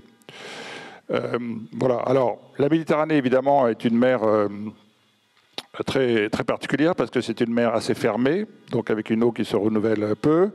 Et par ailleurs, c'est le deuxième endroit du monde qui se réchauffe le plus vite après les pôles. Donc, on a un très gros problème qui est que on a une population qui est de plus en plus urbaine, qui va de plus en plus vers les côtes, qui souvent n'est pas équipée, notamment sur la rive sud, d'un certain nombre d'équipements sanitaires ou de stations d'épuration, etc. Donc beaucoup de rejets dans la mer. Et tout ça avec une température qui augmente, ce qui fait qu'il y a les effets qui ont été annoncés tout à l'heure, et puis d'autres, comme par exemple l'arrivée d'espèces qui ne sont pas des espèces naturelles en Méditerranée, et donc on a un changement de l'écosystème méditerranéen, peu à peu, une tropicalisation de la Méditerranée, progressivement, avec un certain nombre de risques qu'on identifie plus ou moins. Voilà, alors, j'insiste sur le fait, parce que c'est important de le savoir et c'est assez peu connu, que quand le programme des Nations Unies pour l'environnement a été créé, quasiment une des premières choses qu'il a faites, c'est de lancer ce qu'il a appelé le programme des mers régionales. Et la première, l'idée étant de dire une mer ne peut pas être gérée par un État, parce que si un État est nickel chrome et ne rejette rien du tout et que l'État d'à côté rejette tout, ça ne peut pas marcher. Donc l'ONU a dit, nous en théorie ce qu'on sait faire, c'est de faire travailler les États ensemble. Et donc notre plus-value, c'est la coopération internationale, donc on s'empare de ce problème. Et le premier traité sur les mers régionales, ça a été celui de la Méditerranée. Et maintenant, vous avez ce système qui existe dans d'autres mers, la Baltique, la mer Rouge, l'Atlantique Nord, la mer Noire, etc., les Caraïbes, etc., le Pacifique. Bon. Et donc, à chaque fois, il y a un système de gouvernance qui est en place, puisque tous les pays ratifient, signent et ratifient, par exemple, là, c'est les 21 pays riverains de la Méditerranée plus l'Union européenne, ce qui est important parce que l'Union européenne pousse plutôt dans le bon sens. Et se mettre d'accord sur un minimum de règles, qui sont des règles à la fois minimales de protection, et la façon dont ils coopèrent ensemble pour essayer de faire progresser ces sujets-là. Donc ça forme un droit qui existe et qui a le mérite de fournir un système de gouvernance. Je m'arrête là pour ne pas être trop long. Je passe le micro à Swan qui avait une réponse. Non, je voulais juste dire sur la question des éoliennes, ça fait un lien direct avec le chalutage et certains liens sur les mauvaises décisions qu'on prend parce qu'on a un processus démocratique qui n'est plus transparent. Parce que par exemple, sur les éoliennes, quand on se dit, dans ce cas-là, il faut les mettre à des endroits parce qu'on va avoir des fonds marins qui sont abîmés, il ne faut pas les mettre aux endroits qui ont en gros la biodiversité la plus importante, choisir le lieu de moindre impact. Et donc, ce qu'on voit aujourd'hui en France, c'est que, et donc ça on avait étudié sur le cas de Belle-Île, c'est qu'aujourd'hui, dans les processus de décision pour savoir où on implante les parcs éoliens, il y a un acteur qui a un droit de veto et qui arrive en fin de course pour décider, c'est le lobby du chalut.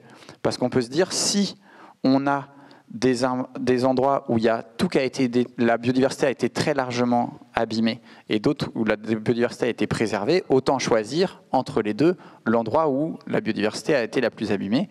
Comme ça, on protège les écosystèmes qui sont aujourd'hui préservés. Et donc, par exemple, à Belle-Île, ce qui s'est passé, c'est que tout le monde, l'industrie éolienne, les citoyens, les pêcheurs, la petite pêche côtière, les mairies, tout ça voulait mettre les éoliennes au large. Alors, les citoyens, parce qu'au large, on les voit moins, mais l'industrie éolienne voulait les mettre au large parce que c'était une zone sableuse. Et donc, en plus, comme c'était un parc éolien flottant, ça va être probablement le premier parc éolien flottant français. C'était plus simple de mettre ces éoliennes flottantes dans une zone de sable pour l'ancrage. Le problème, c'est que les zones sableuses sont les zones qui sont chalutées. Et donc, le lobby du chalut est venu et a dit, dans ce cas-là, vous avez le droit de le mettre où vous voulez, là où on ne va pas. Et donc, aujourd'hui, la zone, alors maintenant, la sous-zone qui a été choisie, après, maintenant, il va falloir aller voir dans la sous-zone où est-ce que ça va exactement, mais la sous-zone choisie, c'est la zone rocheuse sur laquelle les chalutiers ne vont pas. Et donc, bien évidemment, on sait qu'on a besoin des énergies renouvelables. Le GIEC dit, dans son dernier rapport de mars 2023, c'est la figure 7, dans son rapport de mars 2023, ils essaient de classer les différentes actions pour lutter contre les effets du dérèglement climatique et qu'est-ce qui est le plus efficace. Le premier levier pour lutter contre le dérèglement climatique et engager la transition énergétique, etc., c'est le développement des énergies renouvelables, solaires et éoliens. Et le deuxième, c'est la préservation et la restauration des écosystèmes. Et donc tout l'enjeu aujourd'hui, c'est de savoir comment on va combiner les deux. Et sur ce cas du chalut, où on voit qu'en France, parce que le lobby du chalut veut avoir accès à toutes les eaux, toutes les eaux qui peuvent être chalutées sont des eaux qui sont chalutées parce qu'il n'y a pas d'aire marine protégée. C'est aussi un lobby qui va s'imposer dans un processus pour placer les activités qui peuvent avoir un impact sur la biodiversité là où eux-mêmes ne vont pas, alors que c'est eux qui ont la plus grosse capacité de destruction de la biodiversité marine. Ce qui est terrifiant de tous les points de vue, quoi. Merci Swan. Je voudrais compléter pour remettre un peu dans le contexte des facteurs de stress sur la biodiversité, parce que tu as dit tout à l'heure qu'un truc qui est parfaitement juste, qui est que le premier facteur aujourd'hui de destruction de la biodiversité, c'est la pêche dans l'océan. Et je pense que le deuxième facteur, c'est pas le climat non plus, c'est sans doute ces destructions physiques des habitats, par le chalutage ou par des activités de construction côtière, etc. Et effectivement, aujourd'hui, le climat, ça crée des événements de mortalité, mais c'est pas la première cause de baisse de biodiversité dans l'océan. Mais aujourd'hui, on en est vraiment, parce qu'il faut vraiment avoir conscience que les émissions de gaz à effet de serre ont énormément augmenté ces 30 dernières années, mais le changement climatique, il n'est pas immédiat. Et donc, en fait, on en est au début des effets du changement climatique. On en est au début des effets de ces émissions de gaz à effet de serre. On n'a pris que 1 degré. Et ce qui va se passer d'ici à 2050-2100, c'est-à-dire demain, c'est vraiment demain 2100, si vous regardez l'âge de vos enfants ou de vos petits-enfants, là, on risque un +3, +4, +5 degrés. Et là, quand on est à +3, +4, +5 degrés, on s'en fiche du chalutage de fond. Il n'y a plus rien à chaluter. Donc, non, mais c'est vrai. Enfin, je veux dire, il y a un véritable enjeu qui est urgent aujourd'hui de diminuer nos émissions de gaz à effet de serre. Et ça, ça vous le savez. Si vous êtes là aujourd'hui, c'est que vous êtes sensibilisés à ces enjeux. Mais je voudrais quand même le répéter à quel point c'est important pour l'océan. En particulier quand on parle de ces énergies renouvelables. Effectivement, ces éoliennes, ça a d'ailleurs des conséquences néfastes sur la biodiversité, mais il y a un ratio coût-bénéfice vraiment à évaluer. C'est qu'on est là aujourd'hui en France à 10 gigatonnes par habitant. L'ambition, c'est d'arriver à 2 dans 30 ans. Pour y arriver, l'éolien et l'éolien en mer, c'est des composantes qui sont importantes. Non, je croyais que tu prenais le micro pour continuer. Mais donc, je pense que c'est important de toujours peser en fait l'ensemble des éléments. Et on est effectivement dans une situation où la menace du climat, elle n'est pas encore complètement et prise en compte non plus pour les pêches et pour les évaluations de combien de stocks on peut pêcher, etc. Là aussi, les effets du changement climatique sont encore mal évalués. C'est un autre. Donc je te laisse la parole. Parce que Non, mais je voulais pas du tout t'interrompre. C'était pour compléter ce que tu disais. Sur le fait qu'on a besoin des éoliennes. En mer, il y a quelque chose qui se passe pour décider où telle et telle activité arrive, et c'est un peu ce qui était en creux là dans les 2 interventions précédentes, c'est que ici on va mettre de la pêche, là on va mettre des éoliennes, et du coup si là il y a les éoliennes ici, il peut plus y avoir telle autre chose, etc. Et en fait ça s'appelle la planification spatiale maritime ou marine, et c'est hérité de ce qu'on fait à terre, où on regarde une carte et puis c'est le foncier en fait, on décide qui fait quoi, où, à qui appartient tel endroit, quel usage ici, quel usage là. Le problème c'est pas un problème, c'est une chance d'ailleurs pour l'océan. L'océan, il est en 3 dimensions. Et on l'oublie beaucoup. Et en fait, on continue à planifier l'océan comme si c'était en 2D, en regardant des cartes. Et c'est un réel problème. Les fermes éoliennes, il faut qu'on arrête de se dire que dans une ferme éolienne, il n'y a que de la production d'énergie. Il faut qu'il y ait de l'aquaculture le long des pylônes. C'est fait dans d'autres endroits. Le Japon le fait depuis des années et des années. Il faut qu'entre les pylônes, on puisse pêcher avec des arts dormants. Mais les assureurs ne veulent pas assurer les pêcheurs, parce qu'ils se disent qu'il y a plus de chances d'accidents, etc. Donc il y a tout un système problèmes qui nous empêchent de faire ça. Mais c'est ce qu'il faudrait faire. Il faudrait juste que les usages, l'aquaculture, ça a été mentionné, c'est en train d'exploser. Hein. C'est-à-dire que demain, avant qu'il n'y ait plus de biodiversité à cause du changement climatique, il n'y en aura probablement plus de poissons à cause de la surpêche, et l'intégralité du poisson qu'on mange viendra de l'aquaculture. Voilà. Mais il faut, donc l'aquaculture va exploser, il faut faire que les usages cohabitent dans un même espace. Et donc il ne faut pas planifier l'océan en 2D, mais vraiment en 3D, et penser à faire de la production d'énergie avec de la pêche, etc. Et laisser quelques petits endroits où on va pouvoir avoir peut-être encore un peu d'océan en état sauvage dans des aires marines protégées, ça serait bien, mais vraiment penser à faire cohabiter les usages en 3 dimensions. Alors, oui, bah, allez-y, répondez. Oui, pour rebondir là, moi je pense que on est au cœur du problème de la diversité des questions pour l'océan. On a parlé là de la pêche, le climat, tu as tout à fait raison. Les aires marines protégées, n'en parlons pas, c'est pour nous une priorité. Mais il y a au-delà des zones économiques exclusives, il y a quand même la haute mer. La haute mer, où il y a eu l'accord BBNJ qui n'est pas encore ratifié, qui sera peut-être ratifié à Nice. Et dans cette haute mer, en fait, si on regarde justement l'aspect 3D, ça représente 60% du volume de l'océan. Et donc, par rapport au climat, c'est aussi la zone la moins connue et la zone qui certainement a le plus d'impact sur le long terme, compte tenu de la concentration de l'ensemble des éléments physiques, chimiques et biologiques. Et je pense que par rapport au profond, dont tu as parlé tout à l'heure, il y a la créativité autour du vivant qui est une richesse qui reste à explorer et qui, pour l'instant, n'est pas complètement bien connue, mais qui reste un potentiel fascinant. Mais le côté pêche, à ce moment-là, dans ce cadre-là, paraît minime, je dirais, par rapport à cette puissance que l'océan représente en tant qu'entité physique. Alors, le micro, mais moi, je pense qu'il y a quand même un sujet qu'on n'a pas abordé avec tous les biologistes qu'on a là, c'est la présence de la pollution dans la mer et l'état des eaux marines.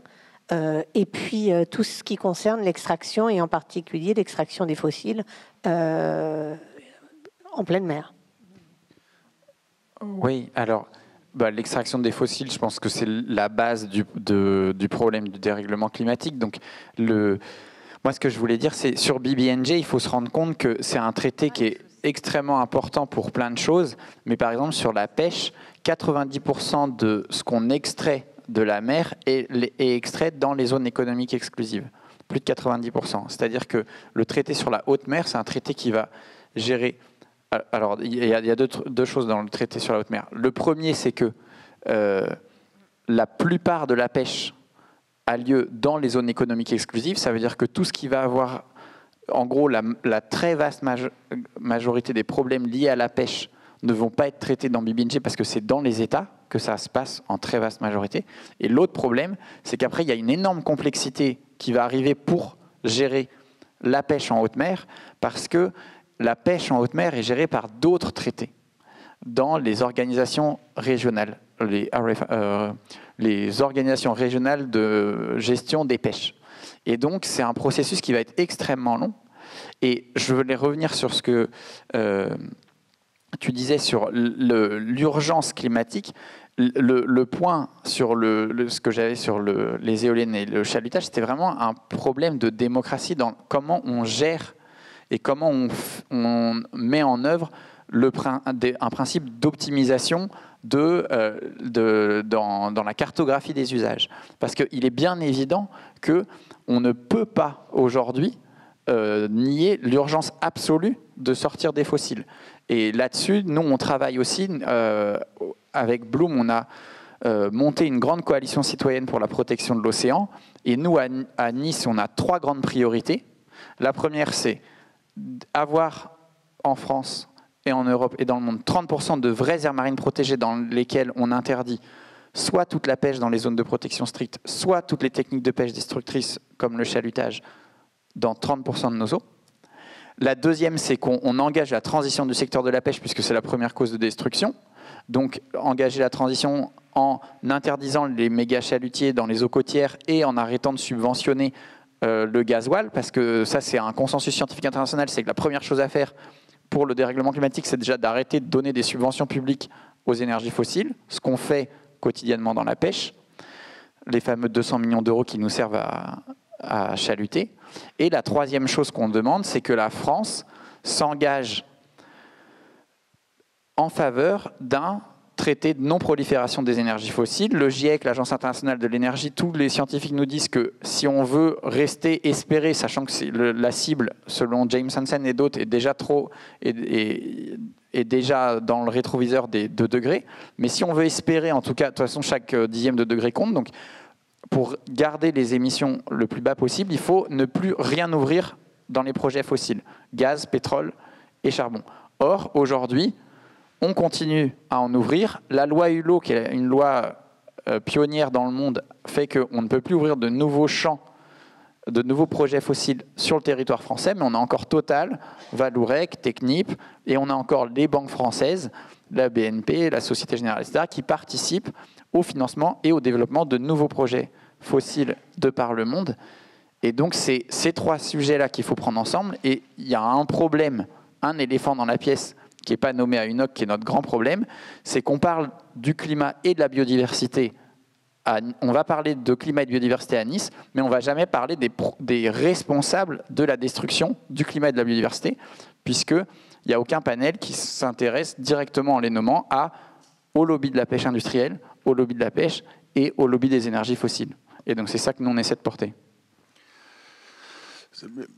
Parler de lobby, d'industrie, de haute mer, etc., ça m'a fait penser aussi à un autre point que je pense qui vaut la peine d'être mentionné, c'est ce qu'on appelle l'économie bleue. Alors attention, ce n'est pas par analogie à l'économie verte ou qui est forcément durable. L'économie bleue, c'est tout l'industrie liée à la mer. Donc il y a l'extraction d'énergie fossile, le transport maritime, la pêche, les croisières, l'énergie marine renouvelable, etc. C'est en train d'exploser. Et actuellement, si on regroupait l'économie bleue ensemble, ça serait la 5e puissance mondiale. 3e, l'OCDE l'a sorti 5e. Bon. En tout cas, c'est gros. Voilà, c'est beaucoup. C'est beaucoup, et il y a des réels problèmes d'équité et de redistribution, parce que pourtant une grande partie sont des biens communs, mais il y a très peu d'acteurs qui se partagent tout ça. Allez, je vais vous donner quelques chiffres. Donc, il y a ce qu'on appelle les Ocean 100, les 100 plus grosses compagnies dans ces secteurs se partagent 65% de tous les bénéfices. C'est considérable. C'est une concentration bien plus importante que ce qu'on peut avoir dans d'autres pans de l'économie. Et quand on regarde par secteur, par exemple pour le transport maritime, les 10 plus gros, je crois que c'est plus de 95% des revenus. Pour les croisières, c'est très proche. Je crois que c'est les 10 plus gros, au-dessus de 90%. Il y a comme ça dans plein de domaines. Il y a d'autres problèmes qui sont liés aussi à l'équité. Donc, a été mentionné l'utilisation des ressources génétiques marines pour faire des produits, des médicaments ou pour entrer dans la cosmétique. Et pour l'instant, les brevets de ressources génétiques marines de tout l'océan confondu sont détenus pour moitié par une seule compagnie. C'est une compagnie qui a breveté la moitié de ce qui a été breveté en mer. C'est BASF, Monsanto, etc. C'est considérable. Donc il y a des réels problèmes d'équité en mer qu'il faut régler. Alors ça, c'est le côté un peu problématique, mais si on regarde ça du bon côté, si on essaye, c'est de se dire qu'avec très peu d'acteurs, si ces acteurs-là s'engagent vers la durabilité, si ces acteurs-là sont vertueux dans leurs pratiques, avec très peu d'acteurs, on peut avoir un effet transformateur extrêmement important. Donc il est important d'engager ces acteurs-là, il est important qu'ils viennent dans des réunions comme à l'UNOC par exemple, il est important de parler avec les industriels parce qu'ils sont aussi source de solutions. Je repose ma question sur les pesticides et sur l'état des eaux marines. Moi, je voudrais apporter deux nuances à ce qui vient d'être dit là. La première, c'est sur l'économie bleue. Parce que, en fait, il n'y a pas de définition internationale de l'économie bleue.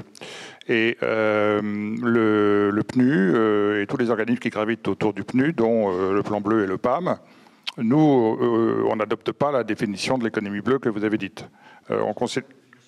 Oui, enfin, c'est la conception classique de ce qui se rapporte à la mer. Nous, on considère que l'économie bleue doit être définie comme une économie bleue durable. Donc, on ne met pas dedans ce qui contribue à détruire la mer. Et on essaye de pousser cette idée qu'il doit y avoir une économie bleue durable, soutenable. Bon. Mais il n'y a pas de définition internationalement reconnue, comme dans beaucoup d'autres domaines d'ailleurs. Bon, ça c'est la première chose. La seconde chose, c'est que la question qu'avait posée Isabelle, je crois, c'était sur les pollutions. Et en fait, on a répondu surtout sur les énergies fossiles et les GES. Alors, sur les pollutions, c'est un sujet très important. Et je voudrais quand même que vous sortiez pas trop déprimés de cette salle et donc montrer que de temps en temps, il y a quelquefois quelques avancées. Et je voudrais prendre un exemple très simple.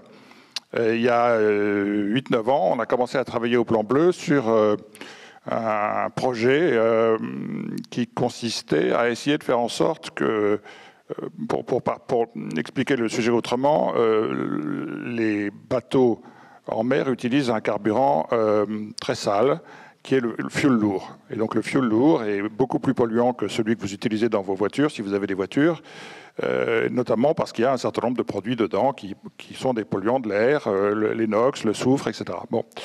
On a travaillé sur l'idée de faire en sorte que la Méditerranée, d'abord au départ on est parti sur une petite zone de la Méditerranée, devienne une zone sans émission de soufre, c'est-à-dire qu'on retire le soufre du fioul lourd des bateaux.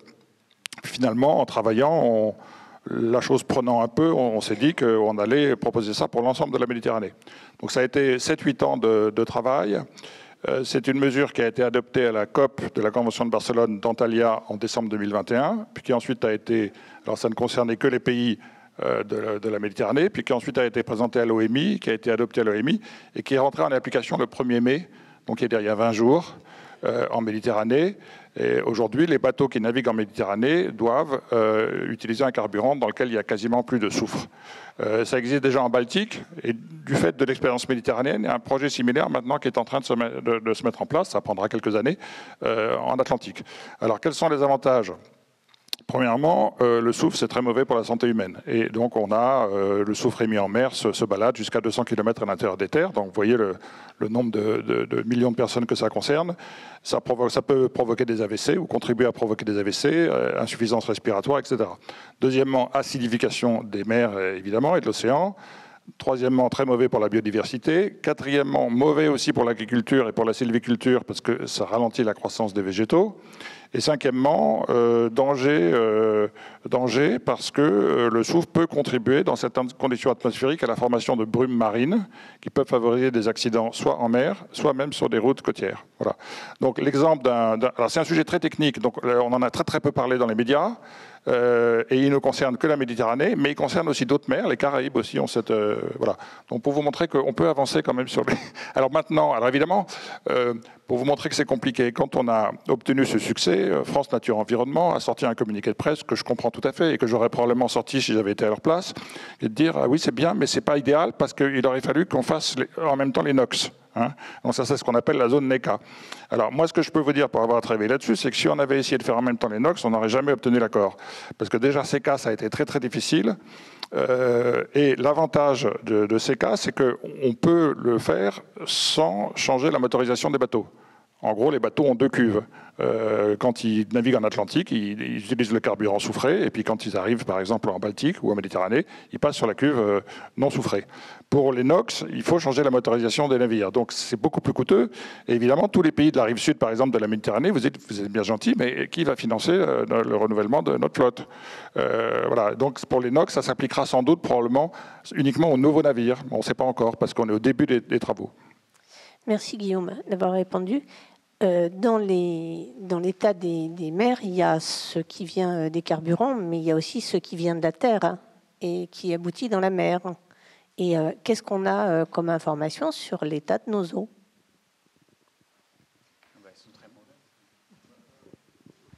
veux pas monopoliser la parole, mais non, mais c'est ce que je disais tout à l'heure, c'est qu'en effet, la majorité de la pollution en mer vient de la terre, donc pollution tellurique, qui est apportée beaucoup par les fleuves, les rivières, raison pour laquelle nous, on prône une approche par bassin, et la Convention de Barcelone a 7 protocoles thématiques, dont l'un est le protocole pollution tellurique.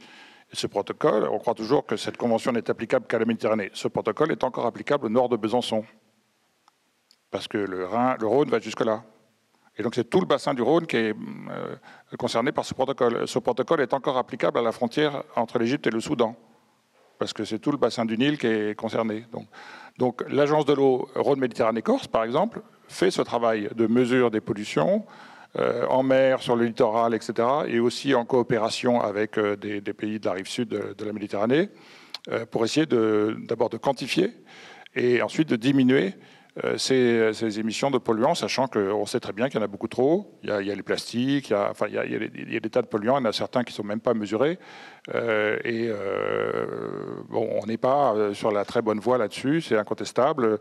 Vous avez peut-être entendu parler des négociations pour un traité mondial sur le plastique, qui n'ont pas abouti parce qu'il y a un certain nombre de pays qui sont tout à fait contre, puisqu'ils fournissent, en général, ce sont les pays producteurs de pétrole qui, évidemment, fournissent une matière première avec laquelle on fabrique le plastique. Alors, la voie de rechange, l'option numéro 2, c'est, je pense, une des choses qui va être défendue à l'UNOC et qu'on va devoir ensuite essayer de mettre en œuvre, c'est de voir si on ne peut pas mettre en œuvre un traité plastique pour la Méditerranée. Et il se trouve qu'on a la COP de la Convention de Barcelone en décembre de cette année en Égypte, c'est une fois au nord, une fois au sud, qui va suivre l'UNOC. Donc on va voir si cette idée qui pour l'instant est travaillée est véritablement sortie à l'UNOC, sachant qu'ensuite il y a tout un travail qui va durer plusieurs années. Avant de passer la parole à la salle, j'aimerais savoir ce que vous attendez de cette conférence qui va avoir lieu à Nice à partir du début juin, le 9 juin. Donc cette conférence, ce sommet des Nations Unies sur l'océan, l'UNOC. Est-ce que vous voulez répondre? Allez-y. Moi, je vais commencer. Moi, je pense que ça va être extrêmement important d'attirer l'attention du monde entier sur l'océan pour avoir un océan durable. Donc ça, déjà, en soi, moi, je trouve que c'est pas si récent, puisque c'est la 3e réunion, mais au niveau géostratégique aujourd'hui, je pense que le fait que l'océan soit mis sur le devant de la scène peut attirer aussi l'attention sur l'ensemble des problèmes concernant la biodiversité, le climat, les pollutions, et puis d'autres aspects qui ont trait à la financiarisation. Il va y avoir une session sciences, une session finance, une session coalition autour de l'élévation du niveau de la mer, et avant la session des Nations Unies. Le fait qu'il y ait une session sciences, c'est une première. Je pense que c'est très important qu'on ait la possibilité d'avoir l'état des connaissances avant de pouvoir discuter de qu'est-ce qu'on va faire sur l'océan, puisque s'appuyer sur la connaissance scientifique me paraît un prérequisite pour arriver à agir de façon sérieuse et durable. Et puis, alors, donc, moi, je pousse aussi un projet avec d'autres pour une plateforme internationale pour un océan durable qui s'appuie justement sur la connaissance. Et j'espère que ce sera présenté à l'IPOS. Et pour ce qui est de la coalition citoyenne pour la protection de l'océan et Bloom, nous, je vais dire, pour rebondir là-dessus, que nous, ce qu'on attend, c'est que les États entendent enfin les scientifiques et surtout mettent en œuvre les recommandations scientifiques. Et donc, il y a 2 mesures essentielles sur les 2 causes majeures. La principale cause et 2 causes majeures de destruction de l'océan, c'est avoir des aires marines protégées, des techniques de pêche destructrices, etc. Donc, faire que la France, l'Union européenne et plus largement le monde s'engagent à créer de véritables aires marines protégées dans 30% des eaux. Et la deuxième chose, c'est sur le dérèglement climatique, que les nations s'engagent à négocier un traité international de non-prolifération des énergies fossiles et s'engage sur le chemin de la non-prolifération en interdisant les nouveaux projets fossiles sur leur territoire et en interdisant aux entreprises établies sur leur territoire de participer à l'ouverture de nouveaux projets fossiles sur leur territoire d'origine ou de par le monde.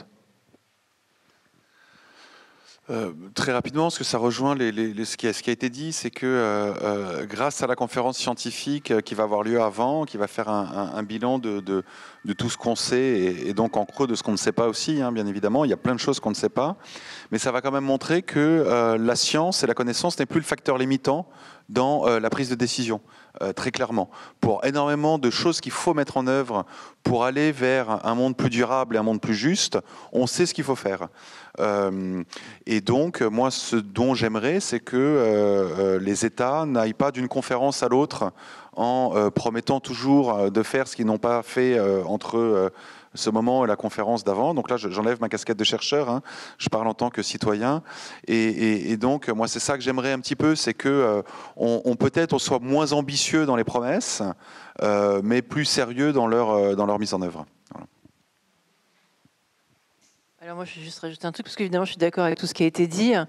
Je pense qu'il y a un élément qu'on a dit encore, c'est l'occasion de faire parler entre eux les différents acteurs qui sont impliqués. Donc la science, c'est un acteur, les ONG, un autre acteur, on a les gouvernements, c'est un troisième acteur, et puis les industries les parties prenantes de la mer, c'est le dernier acteur. Donc je pense que ce qui est vraiment important, et c'est de construire ce dialogue, et c'est un petit peu ce que Françoise est en train d'essayer de construire avec l'instrument qui est en train d'être monté, l'International Platform for Ocean Sustainability.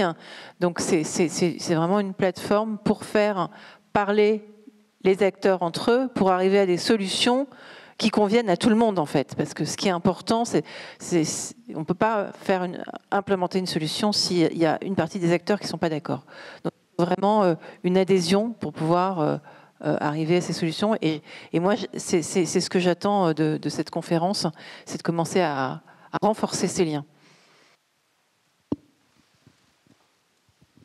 Alors, deux choses. D'abord, il y a un sujet dont on n'a pas parlé, dont on ne va pas parler parce qu'on n'a pas le temps, mais je le mentionne quand même, qui est très important, à mon avis, pour les mers et les océans, c'est le surtourisme.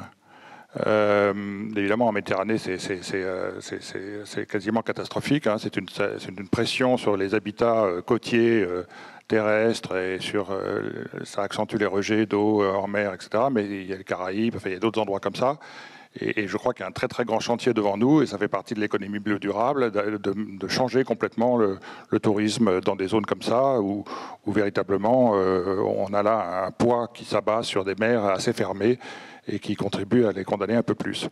Sur les résultats de ce que j'attends de l'UNOC, pour dire des choses différentes de ce qui a été dit, moi ça fait 2 ans que je milite pour le fait, quand je dis militer, je le fais de façon discrète, pour que la France annonce des mesures lors de la COP, puisque la France est l'hôte et a proposé d'être l'hôte de cette conférence. Et la France a également le 2e domaine maritime mondial. Donc elle peut être une puissance d'entraînement dans cette histoire de diplomatie maritime. Et donc, moi je pense que ça serait très dommage si cette conférence était uniquement de la com. C'est très bien la com, parce qu'il en faut, et comme a dit Françoise, pour faire prendre conscience, se faire s'élever le niveau de conscience des gens, parce que le niveau de conscience sur les océans, comme tu l'as dit tout à l'heure, n'est pas encore assez élevé, hein, c'est incontestable, mais ça ne suffit pas. C'est très bien d'avoir un accord international, et l'accord Biodiversity Beyond National Jurisdiction, dont on a parlé, est très important. Ça, c'est incontestablement un pas en avant, alors s'il est ratifié à l'UNOC, ce sera un succès diplomatique. S'il est ratifié en novembre, c'est pas pire. On n'est pas à 6 mois après non plus.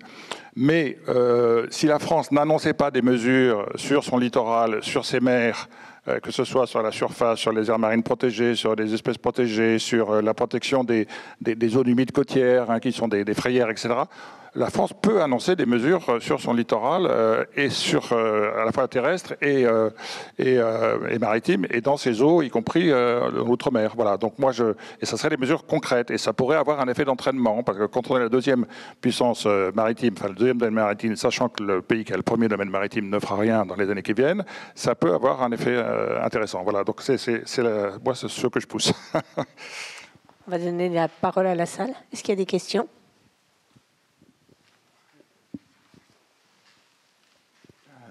Ouais, moi, bonjour.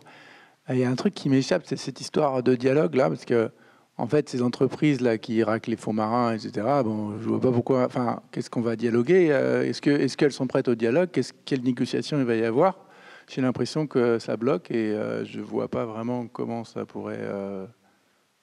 Enfin, qu'est-ce qui pourrait se passer de positif vraiment par rapport à ça, quoi?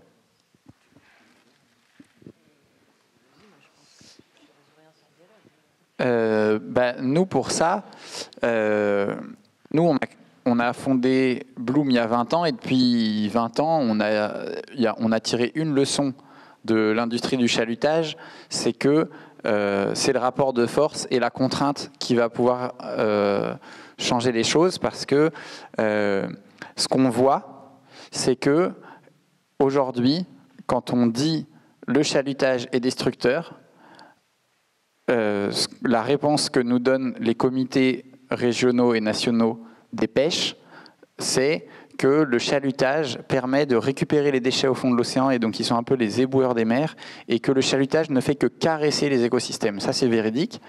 Et c'est comme ça, l'industrie des chalutiers en France est devenue une industrie qui refuse de regarder les faits en face. C'est-à-dire qu'ils ne sont pas en train de dire le chalutage détruit les fonds et comment on en change, comment on transitionne vers d'autres techniques. Leur stratégie est de dire nous sommes l'avenir et il n'y a rien à changer à nos techniques de pêche. Et donc quand on leur dit mais est-ce que vous vous rendez compte qu'en raclant un filet sur les fonds, vous pulvérisez des habitats entiers sur 670 000 km² par an, ils vont vous dire, mais en fait, comment vous avez ces données?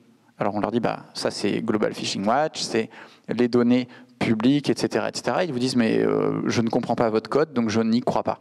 Et donc tout est comme ça. Donc moi je ne crois pas du tout les gens peuvent dialoguer à partir du moment où on a une base commune. C'est-à-dire qu'il faut partager un constat. Et donc à partir du moment où un des acteurs autour de la table ne reconnaît pas les faits scientifiques, on ne peut plus avoir un dialogue, puisque la base, on peut être en désaccord sur les solutions, par exemple, pour changer. Mais si une personne ne reconnaît pas le problème, on ne peut pas discuter de la solution. Et donc, je pense qu'à UNOC, pour ce qui est de la France, sur le fait d'aller au-delà de la communication et annoncer des choses, ce qui nous manque aujourd'hui, c'est de la volonté politique du gouvernement et du président de la République de couper la relation toxique qui, depuis des décennies, lie le gouvernement français au lobby de la pêche industrielle et au lobby du chalut. Je pense que d'abord, c'est une question qui dépasse largement celle de la mer, savoir s'il faut du dialogue ou de la guerre. Ça, c'est ouvert, mais il n'y a pas que le chalut, il y a plein d'autres domaines dans lesquels on peut dialoguer. Donc je pense qu'il ne faut quand même pas fermer la porte au dialogue parce qu'il y a quelques acteurs qui sont fermés. Et je crois qu'il faut quand même insister dans cette direction. Il y a plein d'autres problématiques à part le chalut et sur lesquelles on peut avancer ensemble en dialoguant. Moi, je travaille à l'Institut de recherche pour le développement. Et donc nous, on est je dirais un petit peu pionnier dans la recherche de solutions sur le marin. On travaille en collaboration avec des pays en développement et on a un petit peu d'expérience là-dessus. Et je vais vous donner un exemple que je connais d'ailleurs pas très bien, mais que j'ai trouvé qui était assez emblématique. C'était des chercheurs, une coalition de gens comme ça qui étaient persuadés d'avoir raison et qu'ils avaient absolument compris ce qu'il fallait faire. Et ils ont demandé aux pêcheurs, et donc par la force, avec des réglementations, ils leur ont dit là, vous ne pouvez plus pêcher là, vous êtes en train de détruire les écosystèmes. Donc à la place, vous allez planter des algues et puis vous allez bâtir votre économie là-dessus. Et Et ben, ça n'a pas marché en fait parce que les pêcheurs, ils n'ont pas voulu. Ça faisait pas partie de leur culture, ça faisait pas partie de leur alimentation, donc c'était une transformation qu'ils n'étaient pas prêts à faire. Et cette transformation, elle leur avait été imposée. Et donc ça a été un échec total parce qu'il n'y avait pas eu de dialogue, ça a été juste imposé sur la base de vous êtes en train de détruire votre écosystème.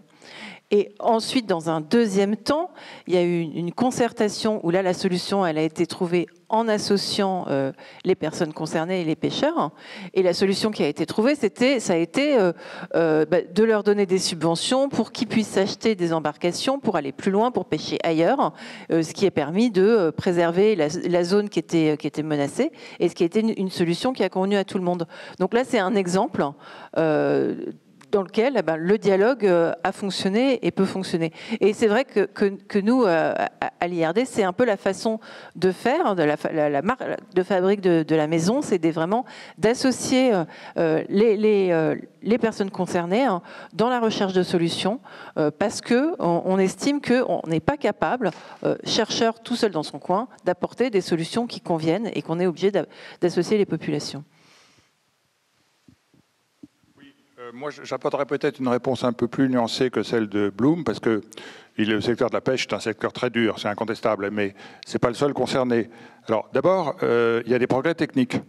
Et les progrès techniques, on les fait dans des domaines où on a envie d'en faire et où on affecte des fonds. Si je prends l'exemple du bruit sous-marin, pour l'instant, on n'avait pas tellement envie de faire des progrès dans le domaine du bruit sous-marin, parce que ce n'était pas une priorité, qu'on sous-estimait son importance et donc on n'y affectait pas de fonds. Ça commence à changer, il y a des progrès techniques, il y a des hélices qui font moins de bruit, il y a des modes de propulsion qui font moins de bruit, et il y a un certain nombre d'acteurs qui s'engagent. Je prends un exemple parmi d'autres, le port de Vancouver, qui est le premier port du Canada, donc un très grand port en termes de chiffre d'affaires, a instauré une réduction de droits de port pour les bateaux qui sont moins bruyants, et pour des bateaux qui émettent moins de polluants.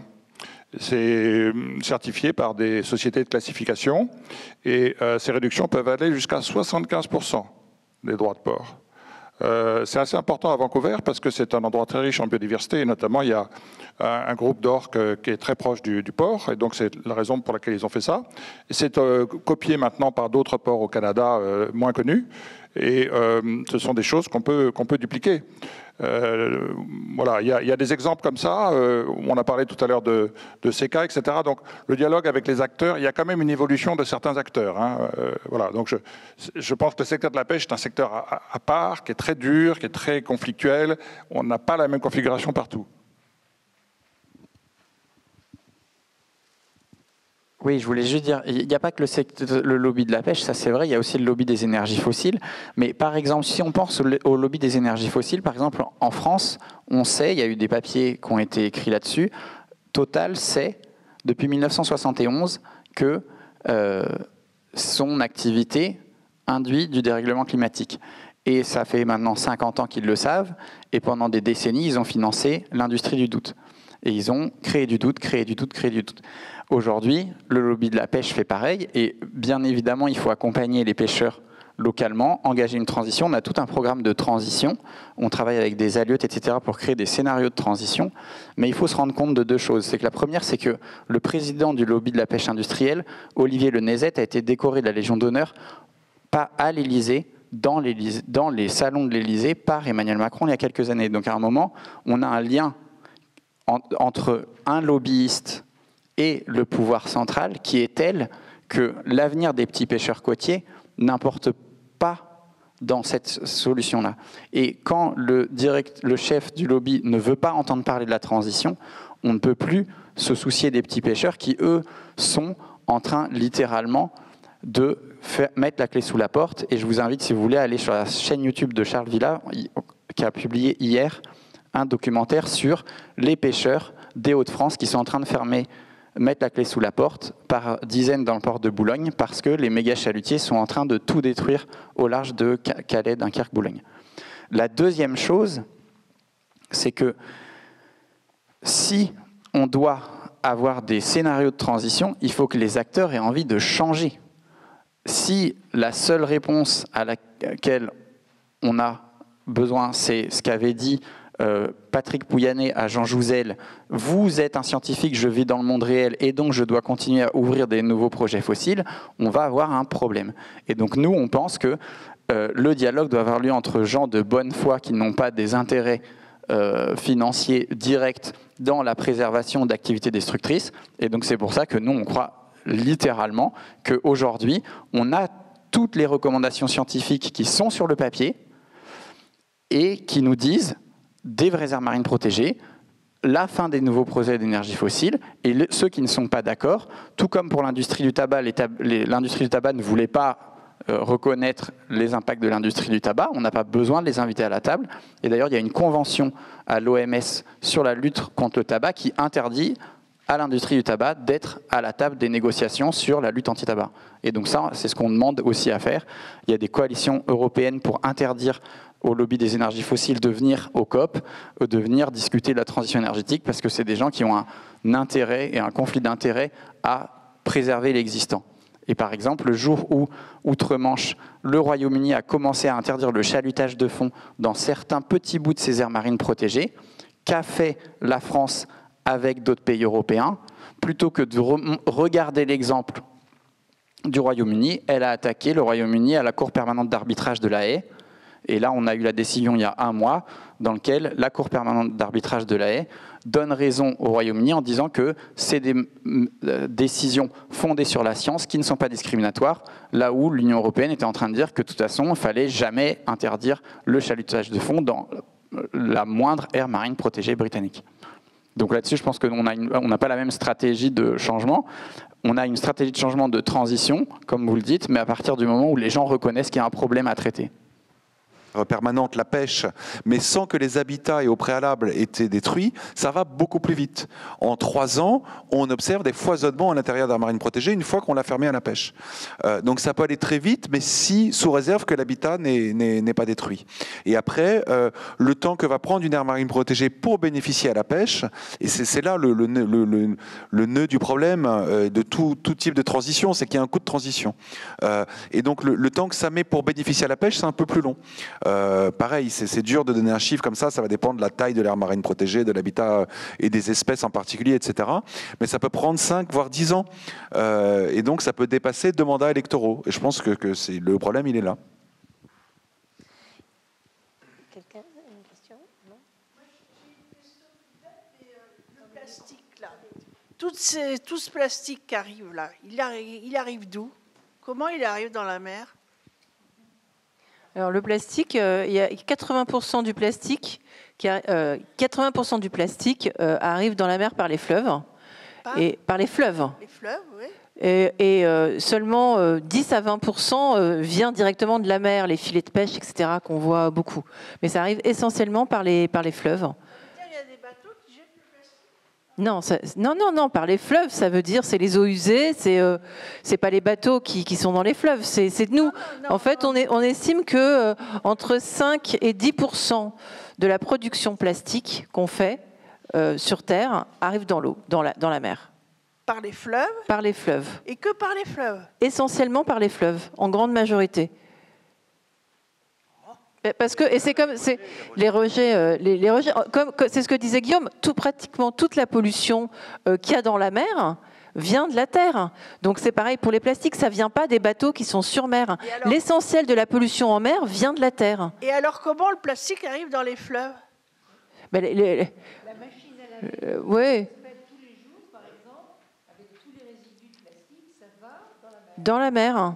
Oui, non, mais ça j'ai bien compris. Mais si le plastique arrive des fleuves, comment le plastique arrive dans les fleuves? C'est ce qu'elle vous dit. Quand vous faites une lessive avec un pull en polyester, comme on en fait beaucoup, vous avez des particules de plastique qui se détachent.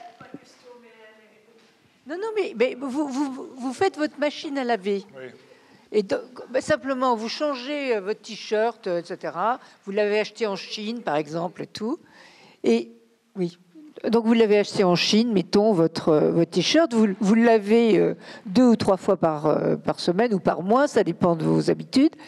Eh bien, tout le plastique qui est parcellisé en des petites tailles, etc., toute l'eau là de votre lessive va se déverser dans la mer à un moment donné, en passant par les fleuves. Oui, Oui, mais si mais oui, il y a ça, mais c'est pas forcément ça qui représente le plus toxique pour l'ensemble du vivant et de la biodiversité. Et juste, les gros bouts que vous voyez dans les films, comme vous dites, ça vient des villes. Donc, vous prenez comme exemple, comme fleuve, la Seine, qui est nettoyée et qui est propre. Mais la plupart des fleuves dans la plupart du monde, malheureusement, ils ne sont pas nettoyés et il y a plein de choses de plastique qui flottent et qui se retrouvent dans la mer. Donc, les gros bouts, ils ont été portés par les fleuves ou directement, ils tombent à la mer par les villes qui sont au bord de la mer. Et voilà. Mais ça, c'est rien par rapport à la pollution plastique, les gros bouts que vous voyez. Le problème, c'est les microparticules. Alors, donc les deux principales, donc effectivement les gros bouts, en gros la bouteille plastique, on en parle beaucoup parce que c'est simple à résoudre, parce qu'en gros on a déjà la solution, ce serait les consignes, et ensuite on a des systèmes dans lesquels on sait qu'on pourrait les collecter, etc. Mais les deux principales sources, et ça c'est très peu connu, les deux principales sources de microplastiques dans l'océan, c'est le textile et le pneumatique. Donc les pneumatiques des voitures, on n'a pas de solution, sauf à réduire le parc automobile. Et pour le textile, on n'a pas de solution, sauf à interdire ou réduire très fortement le nombre d'habits qui sont faits à base de produits synthétiques. Et le problème que vous avez là, c'est que contrairement à la bouteille d'eau qui est un sous-problème parce que ça vient bien après pour les microplastiques et en plus dans lequel on a une solution assez évidente qui est la bouteille en verre. Pour les pneumatiques ou l'industrie textile, vous attaquez à deux secteurs industriels extrêmement puissants que sont l'industrie des transports et de l'automobile et l'industrie du textile. Ce que vous montre cet exemple, c'est que le passage au véhicule électrique ne résout qu'une petite partie du problème posé par les voitures. Parce que vous aurez, avec les véhicules électriques, toujours des particules de pneus qui vont se détacher sur les routes. Et puis quand vous avez une averse, tout ça est lessivé dans le ruisseau du coin, qui lui-même va dans un rue, puis dans une rivière, puis dans un fleuve, et puis dans la mer. Voilà.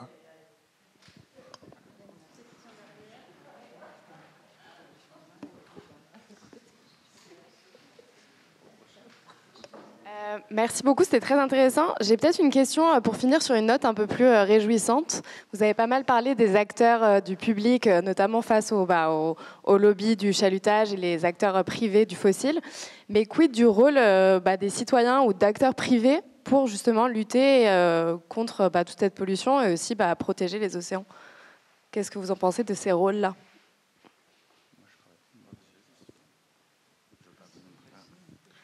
Il y a plein de choses. Déjà, voter et savoir pour qui on vote.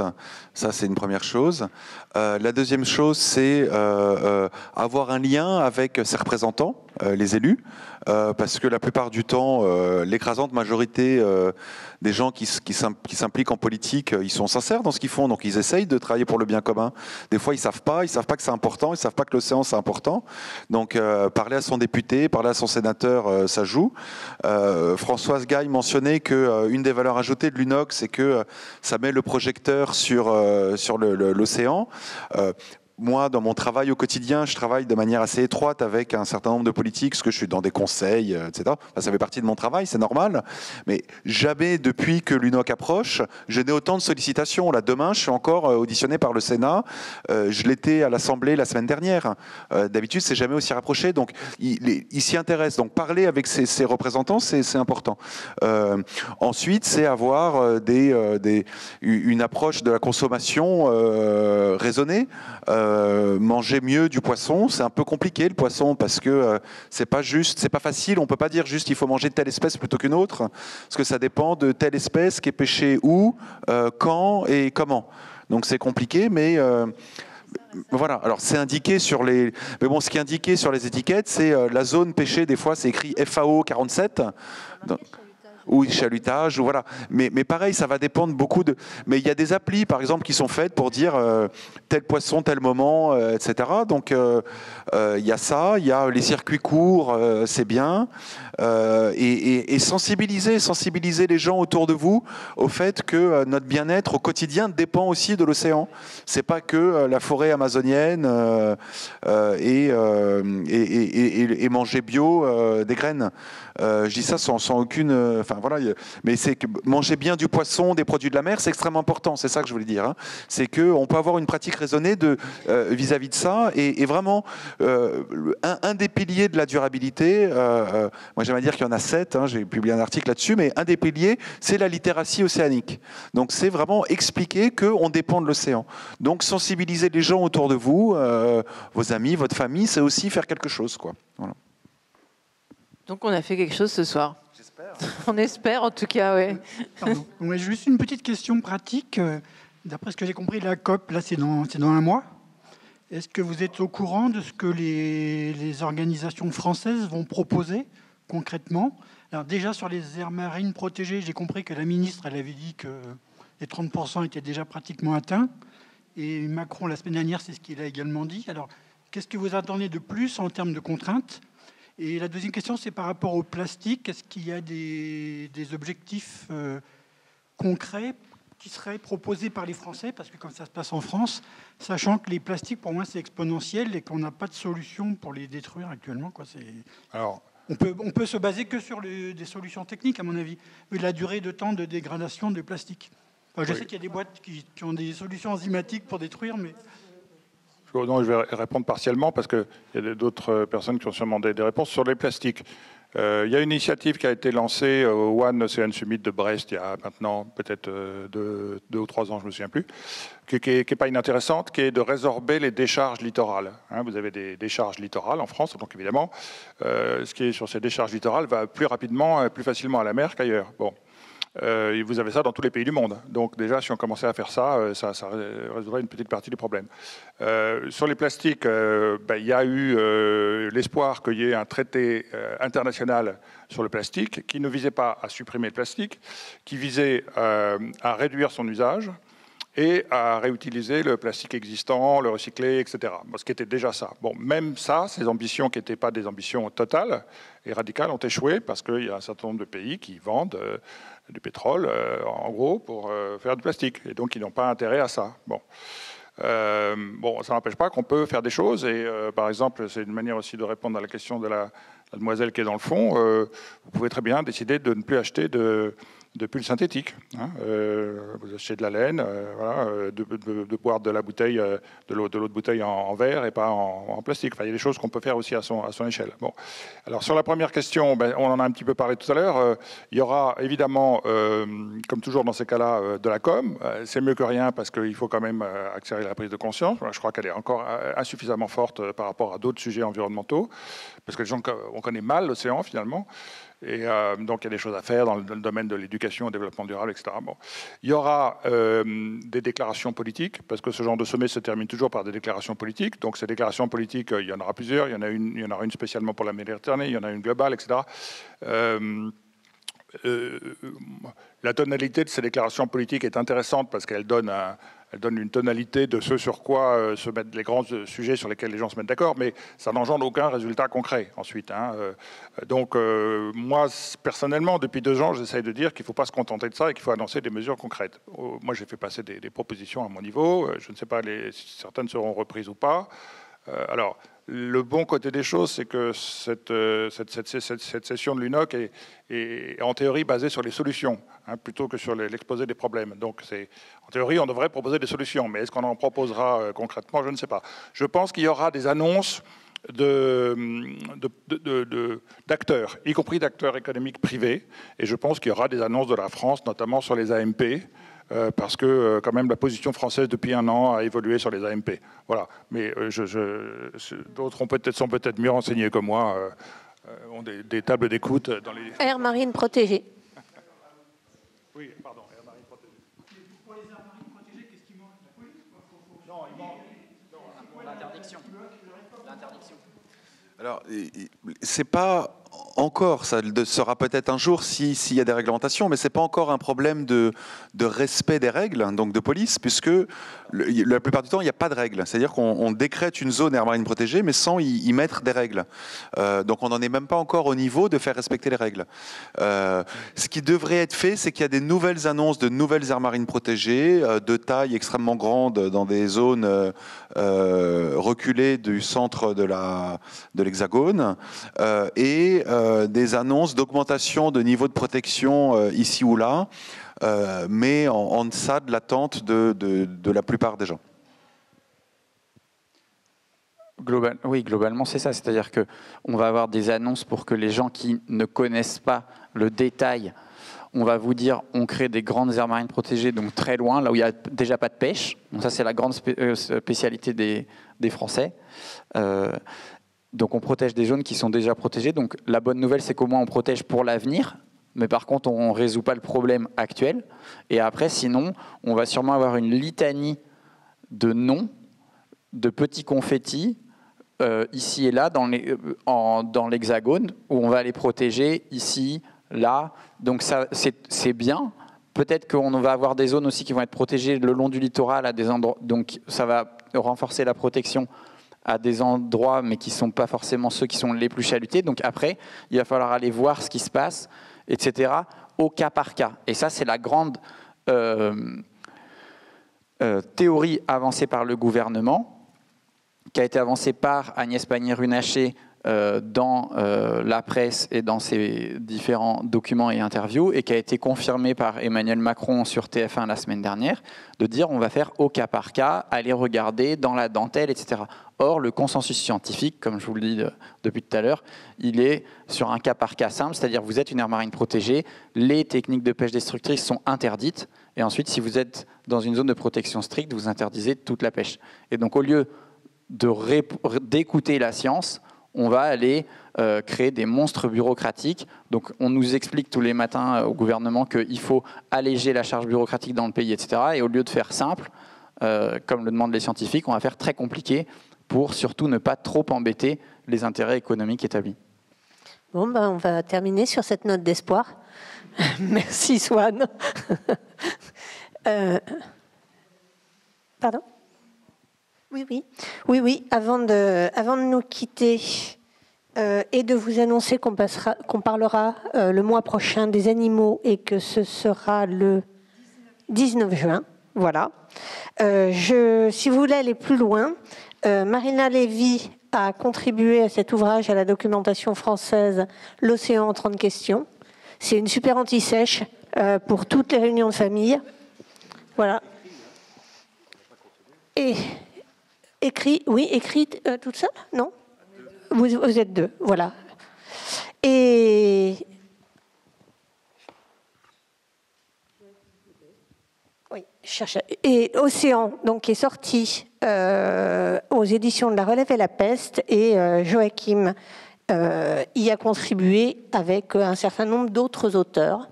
Voilà, donc n'hésitez pas. Je vous souhaite une bonne soirée. Merci de vous être déplacés. Merci à nos invités et merci à l'Académie du Climat de nous recevoir.